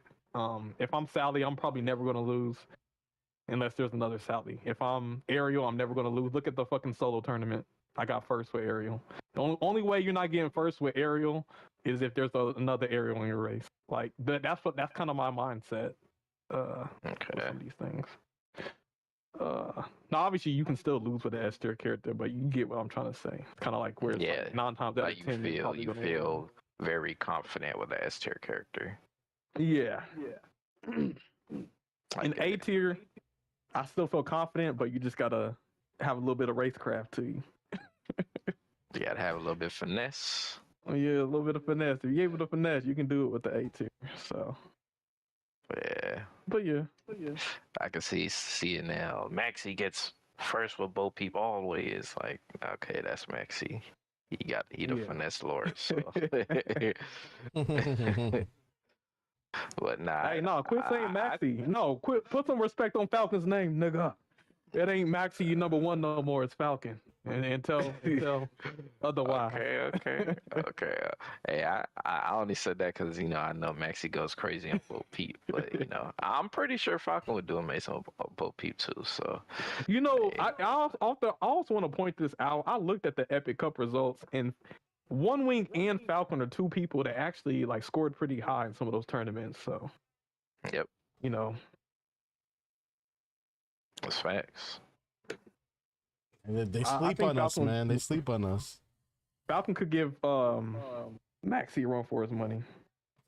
Like I said, at least Falcon's competing. Mm-hmm. Yeah, especially. Anyways, all of that. Hey, I ain't gonna lie, man. The Dons might want to, experiment with Falcon on some other roles. I'm just saying. Yeah, hey, maybe put Falcon on defender. Hey, that could be a thing. He'd probably go crazy. But I mean, overall, I like your list, bro. I appreciate it. Thank you. But yeah. Is that it for the topics, or is there? I think that's it for the topics. We were supposed to do a crash out list, but since Sammy isn't here, we just kind of went over ours. But so we got the solos, we got the Family Cup, we got the the what do they call it? The Nerfs and the buffs. Yeah, we got the incredible characters. We got the tier list. So I think that's all for the topics for today, and it's 12 o'clock. So yes, sir. Like I said, we ain't always got to go to. Hey, what's wrong with y'all? Gotta know how to end it. We gotta know how to end it. We gotta know when to step away. Nah, but hey, man, another successful episode. I'm glad for everybody who tuned in. Next time, hopefully, we have our boy Sammy back from his vacation. Well, he's not gonna be back from his vacation. Damn. So low key, we don't even know if he's gonna be on the next one because we don't know what his situation is gonna be. So hey, you never know. I mean, hopefully we get Sammy back, but we'll see, man. We'll see. But any last words from me? Like I said, I appreciate y'all for sticking it through with us. Love y'all for always coming and chilling with us. This couldn't be a thing without all you guys that are watching. It means a lot to all of us. So, Angel, you got any last words? Just thank everybody that came through on the Twitch and YouTube side. Thank you for all the support. If you guys like the content, hit the bell, subscribe, follow us on Twitch, and every Wednesday we'll be releasing a new episode of the podcast. You never know what we're going to talk about. You never know who's going to come in as a special guest either. So, stay tuned every Wednesdays. And, it's been a blast doing these podcasts so far. And I can't wait to do more, to be honest. Yes, we're going to have a lot to talk about next week because one is going to be the second solo tournament in divisions, and then 2 incredible seasons. So there's going to be a lot to talk about next week. So make sure y'all stay tuned for that. Yes, sir. Yes, sir. But all right, y'all. It's fun having y'all, and we will talk to y'all next week. Deuces, everybody. All right. Welcome to the Crash Out. Yes, sir. It's the Crash Out Podcast. Buckle up, let's go. One Wing Angel, Nano, Sammy, Caleb in the flow. We're talking top 100 drama and the heat. From Disney Speedstorm to the latest game and beat. Crash out, spin out, bring the heat and the vibe. Controversy, competition, the reason we thrive. From the track to the trends, we're taking it all. With special guests in the mix, we're having a ball.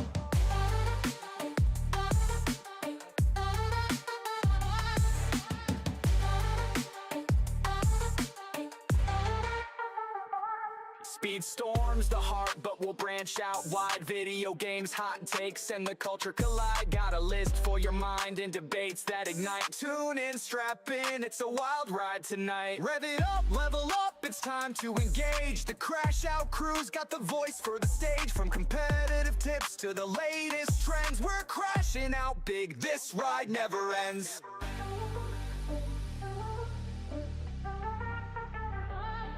Crash out, spin out, bring the heat and the vibe. controversy, competition, the reason we thrive. From the track to the trends, we're taking it all. With special guests in the mix, we're having a ball.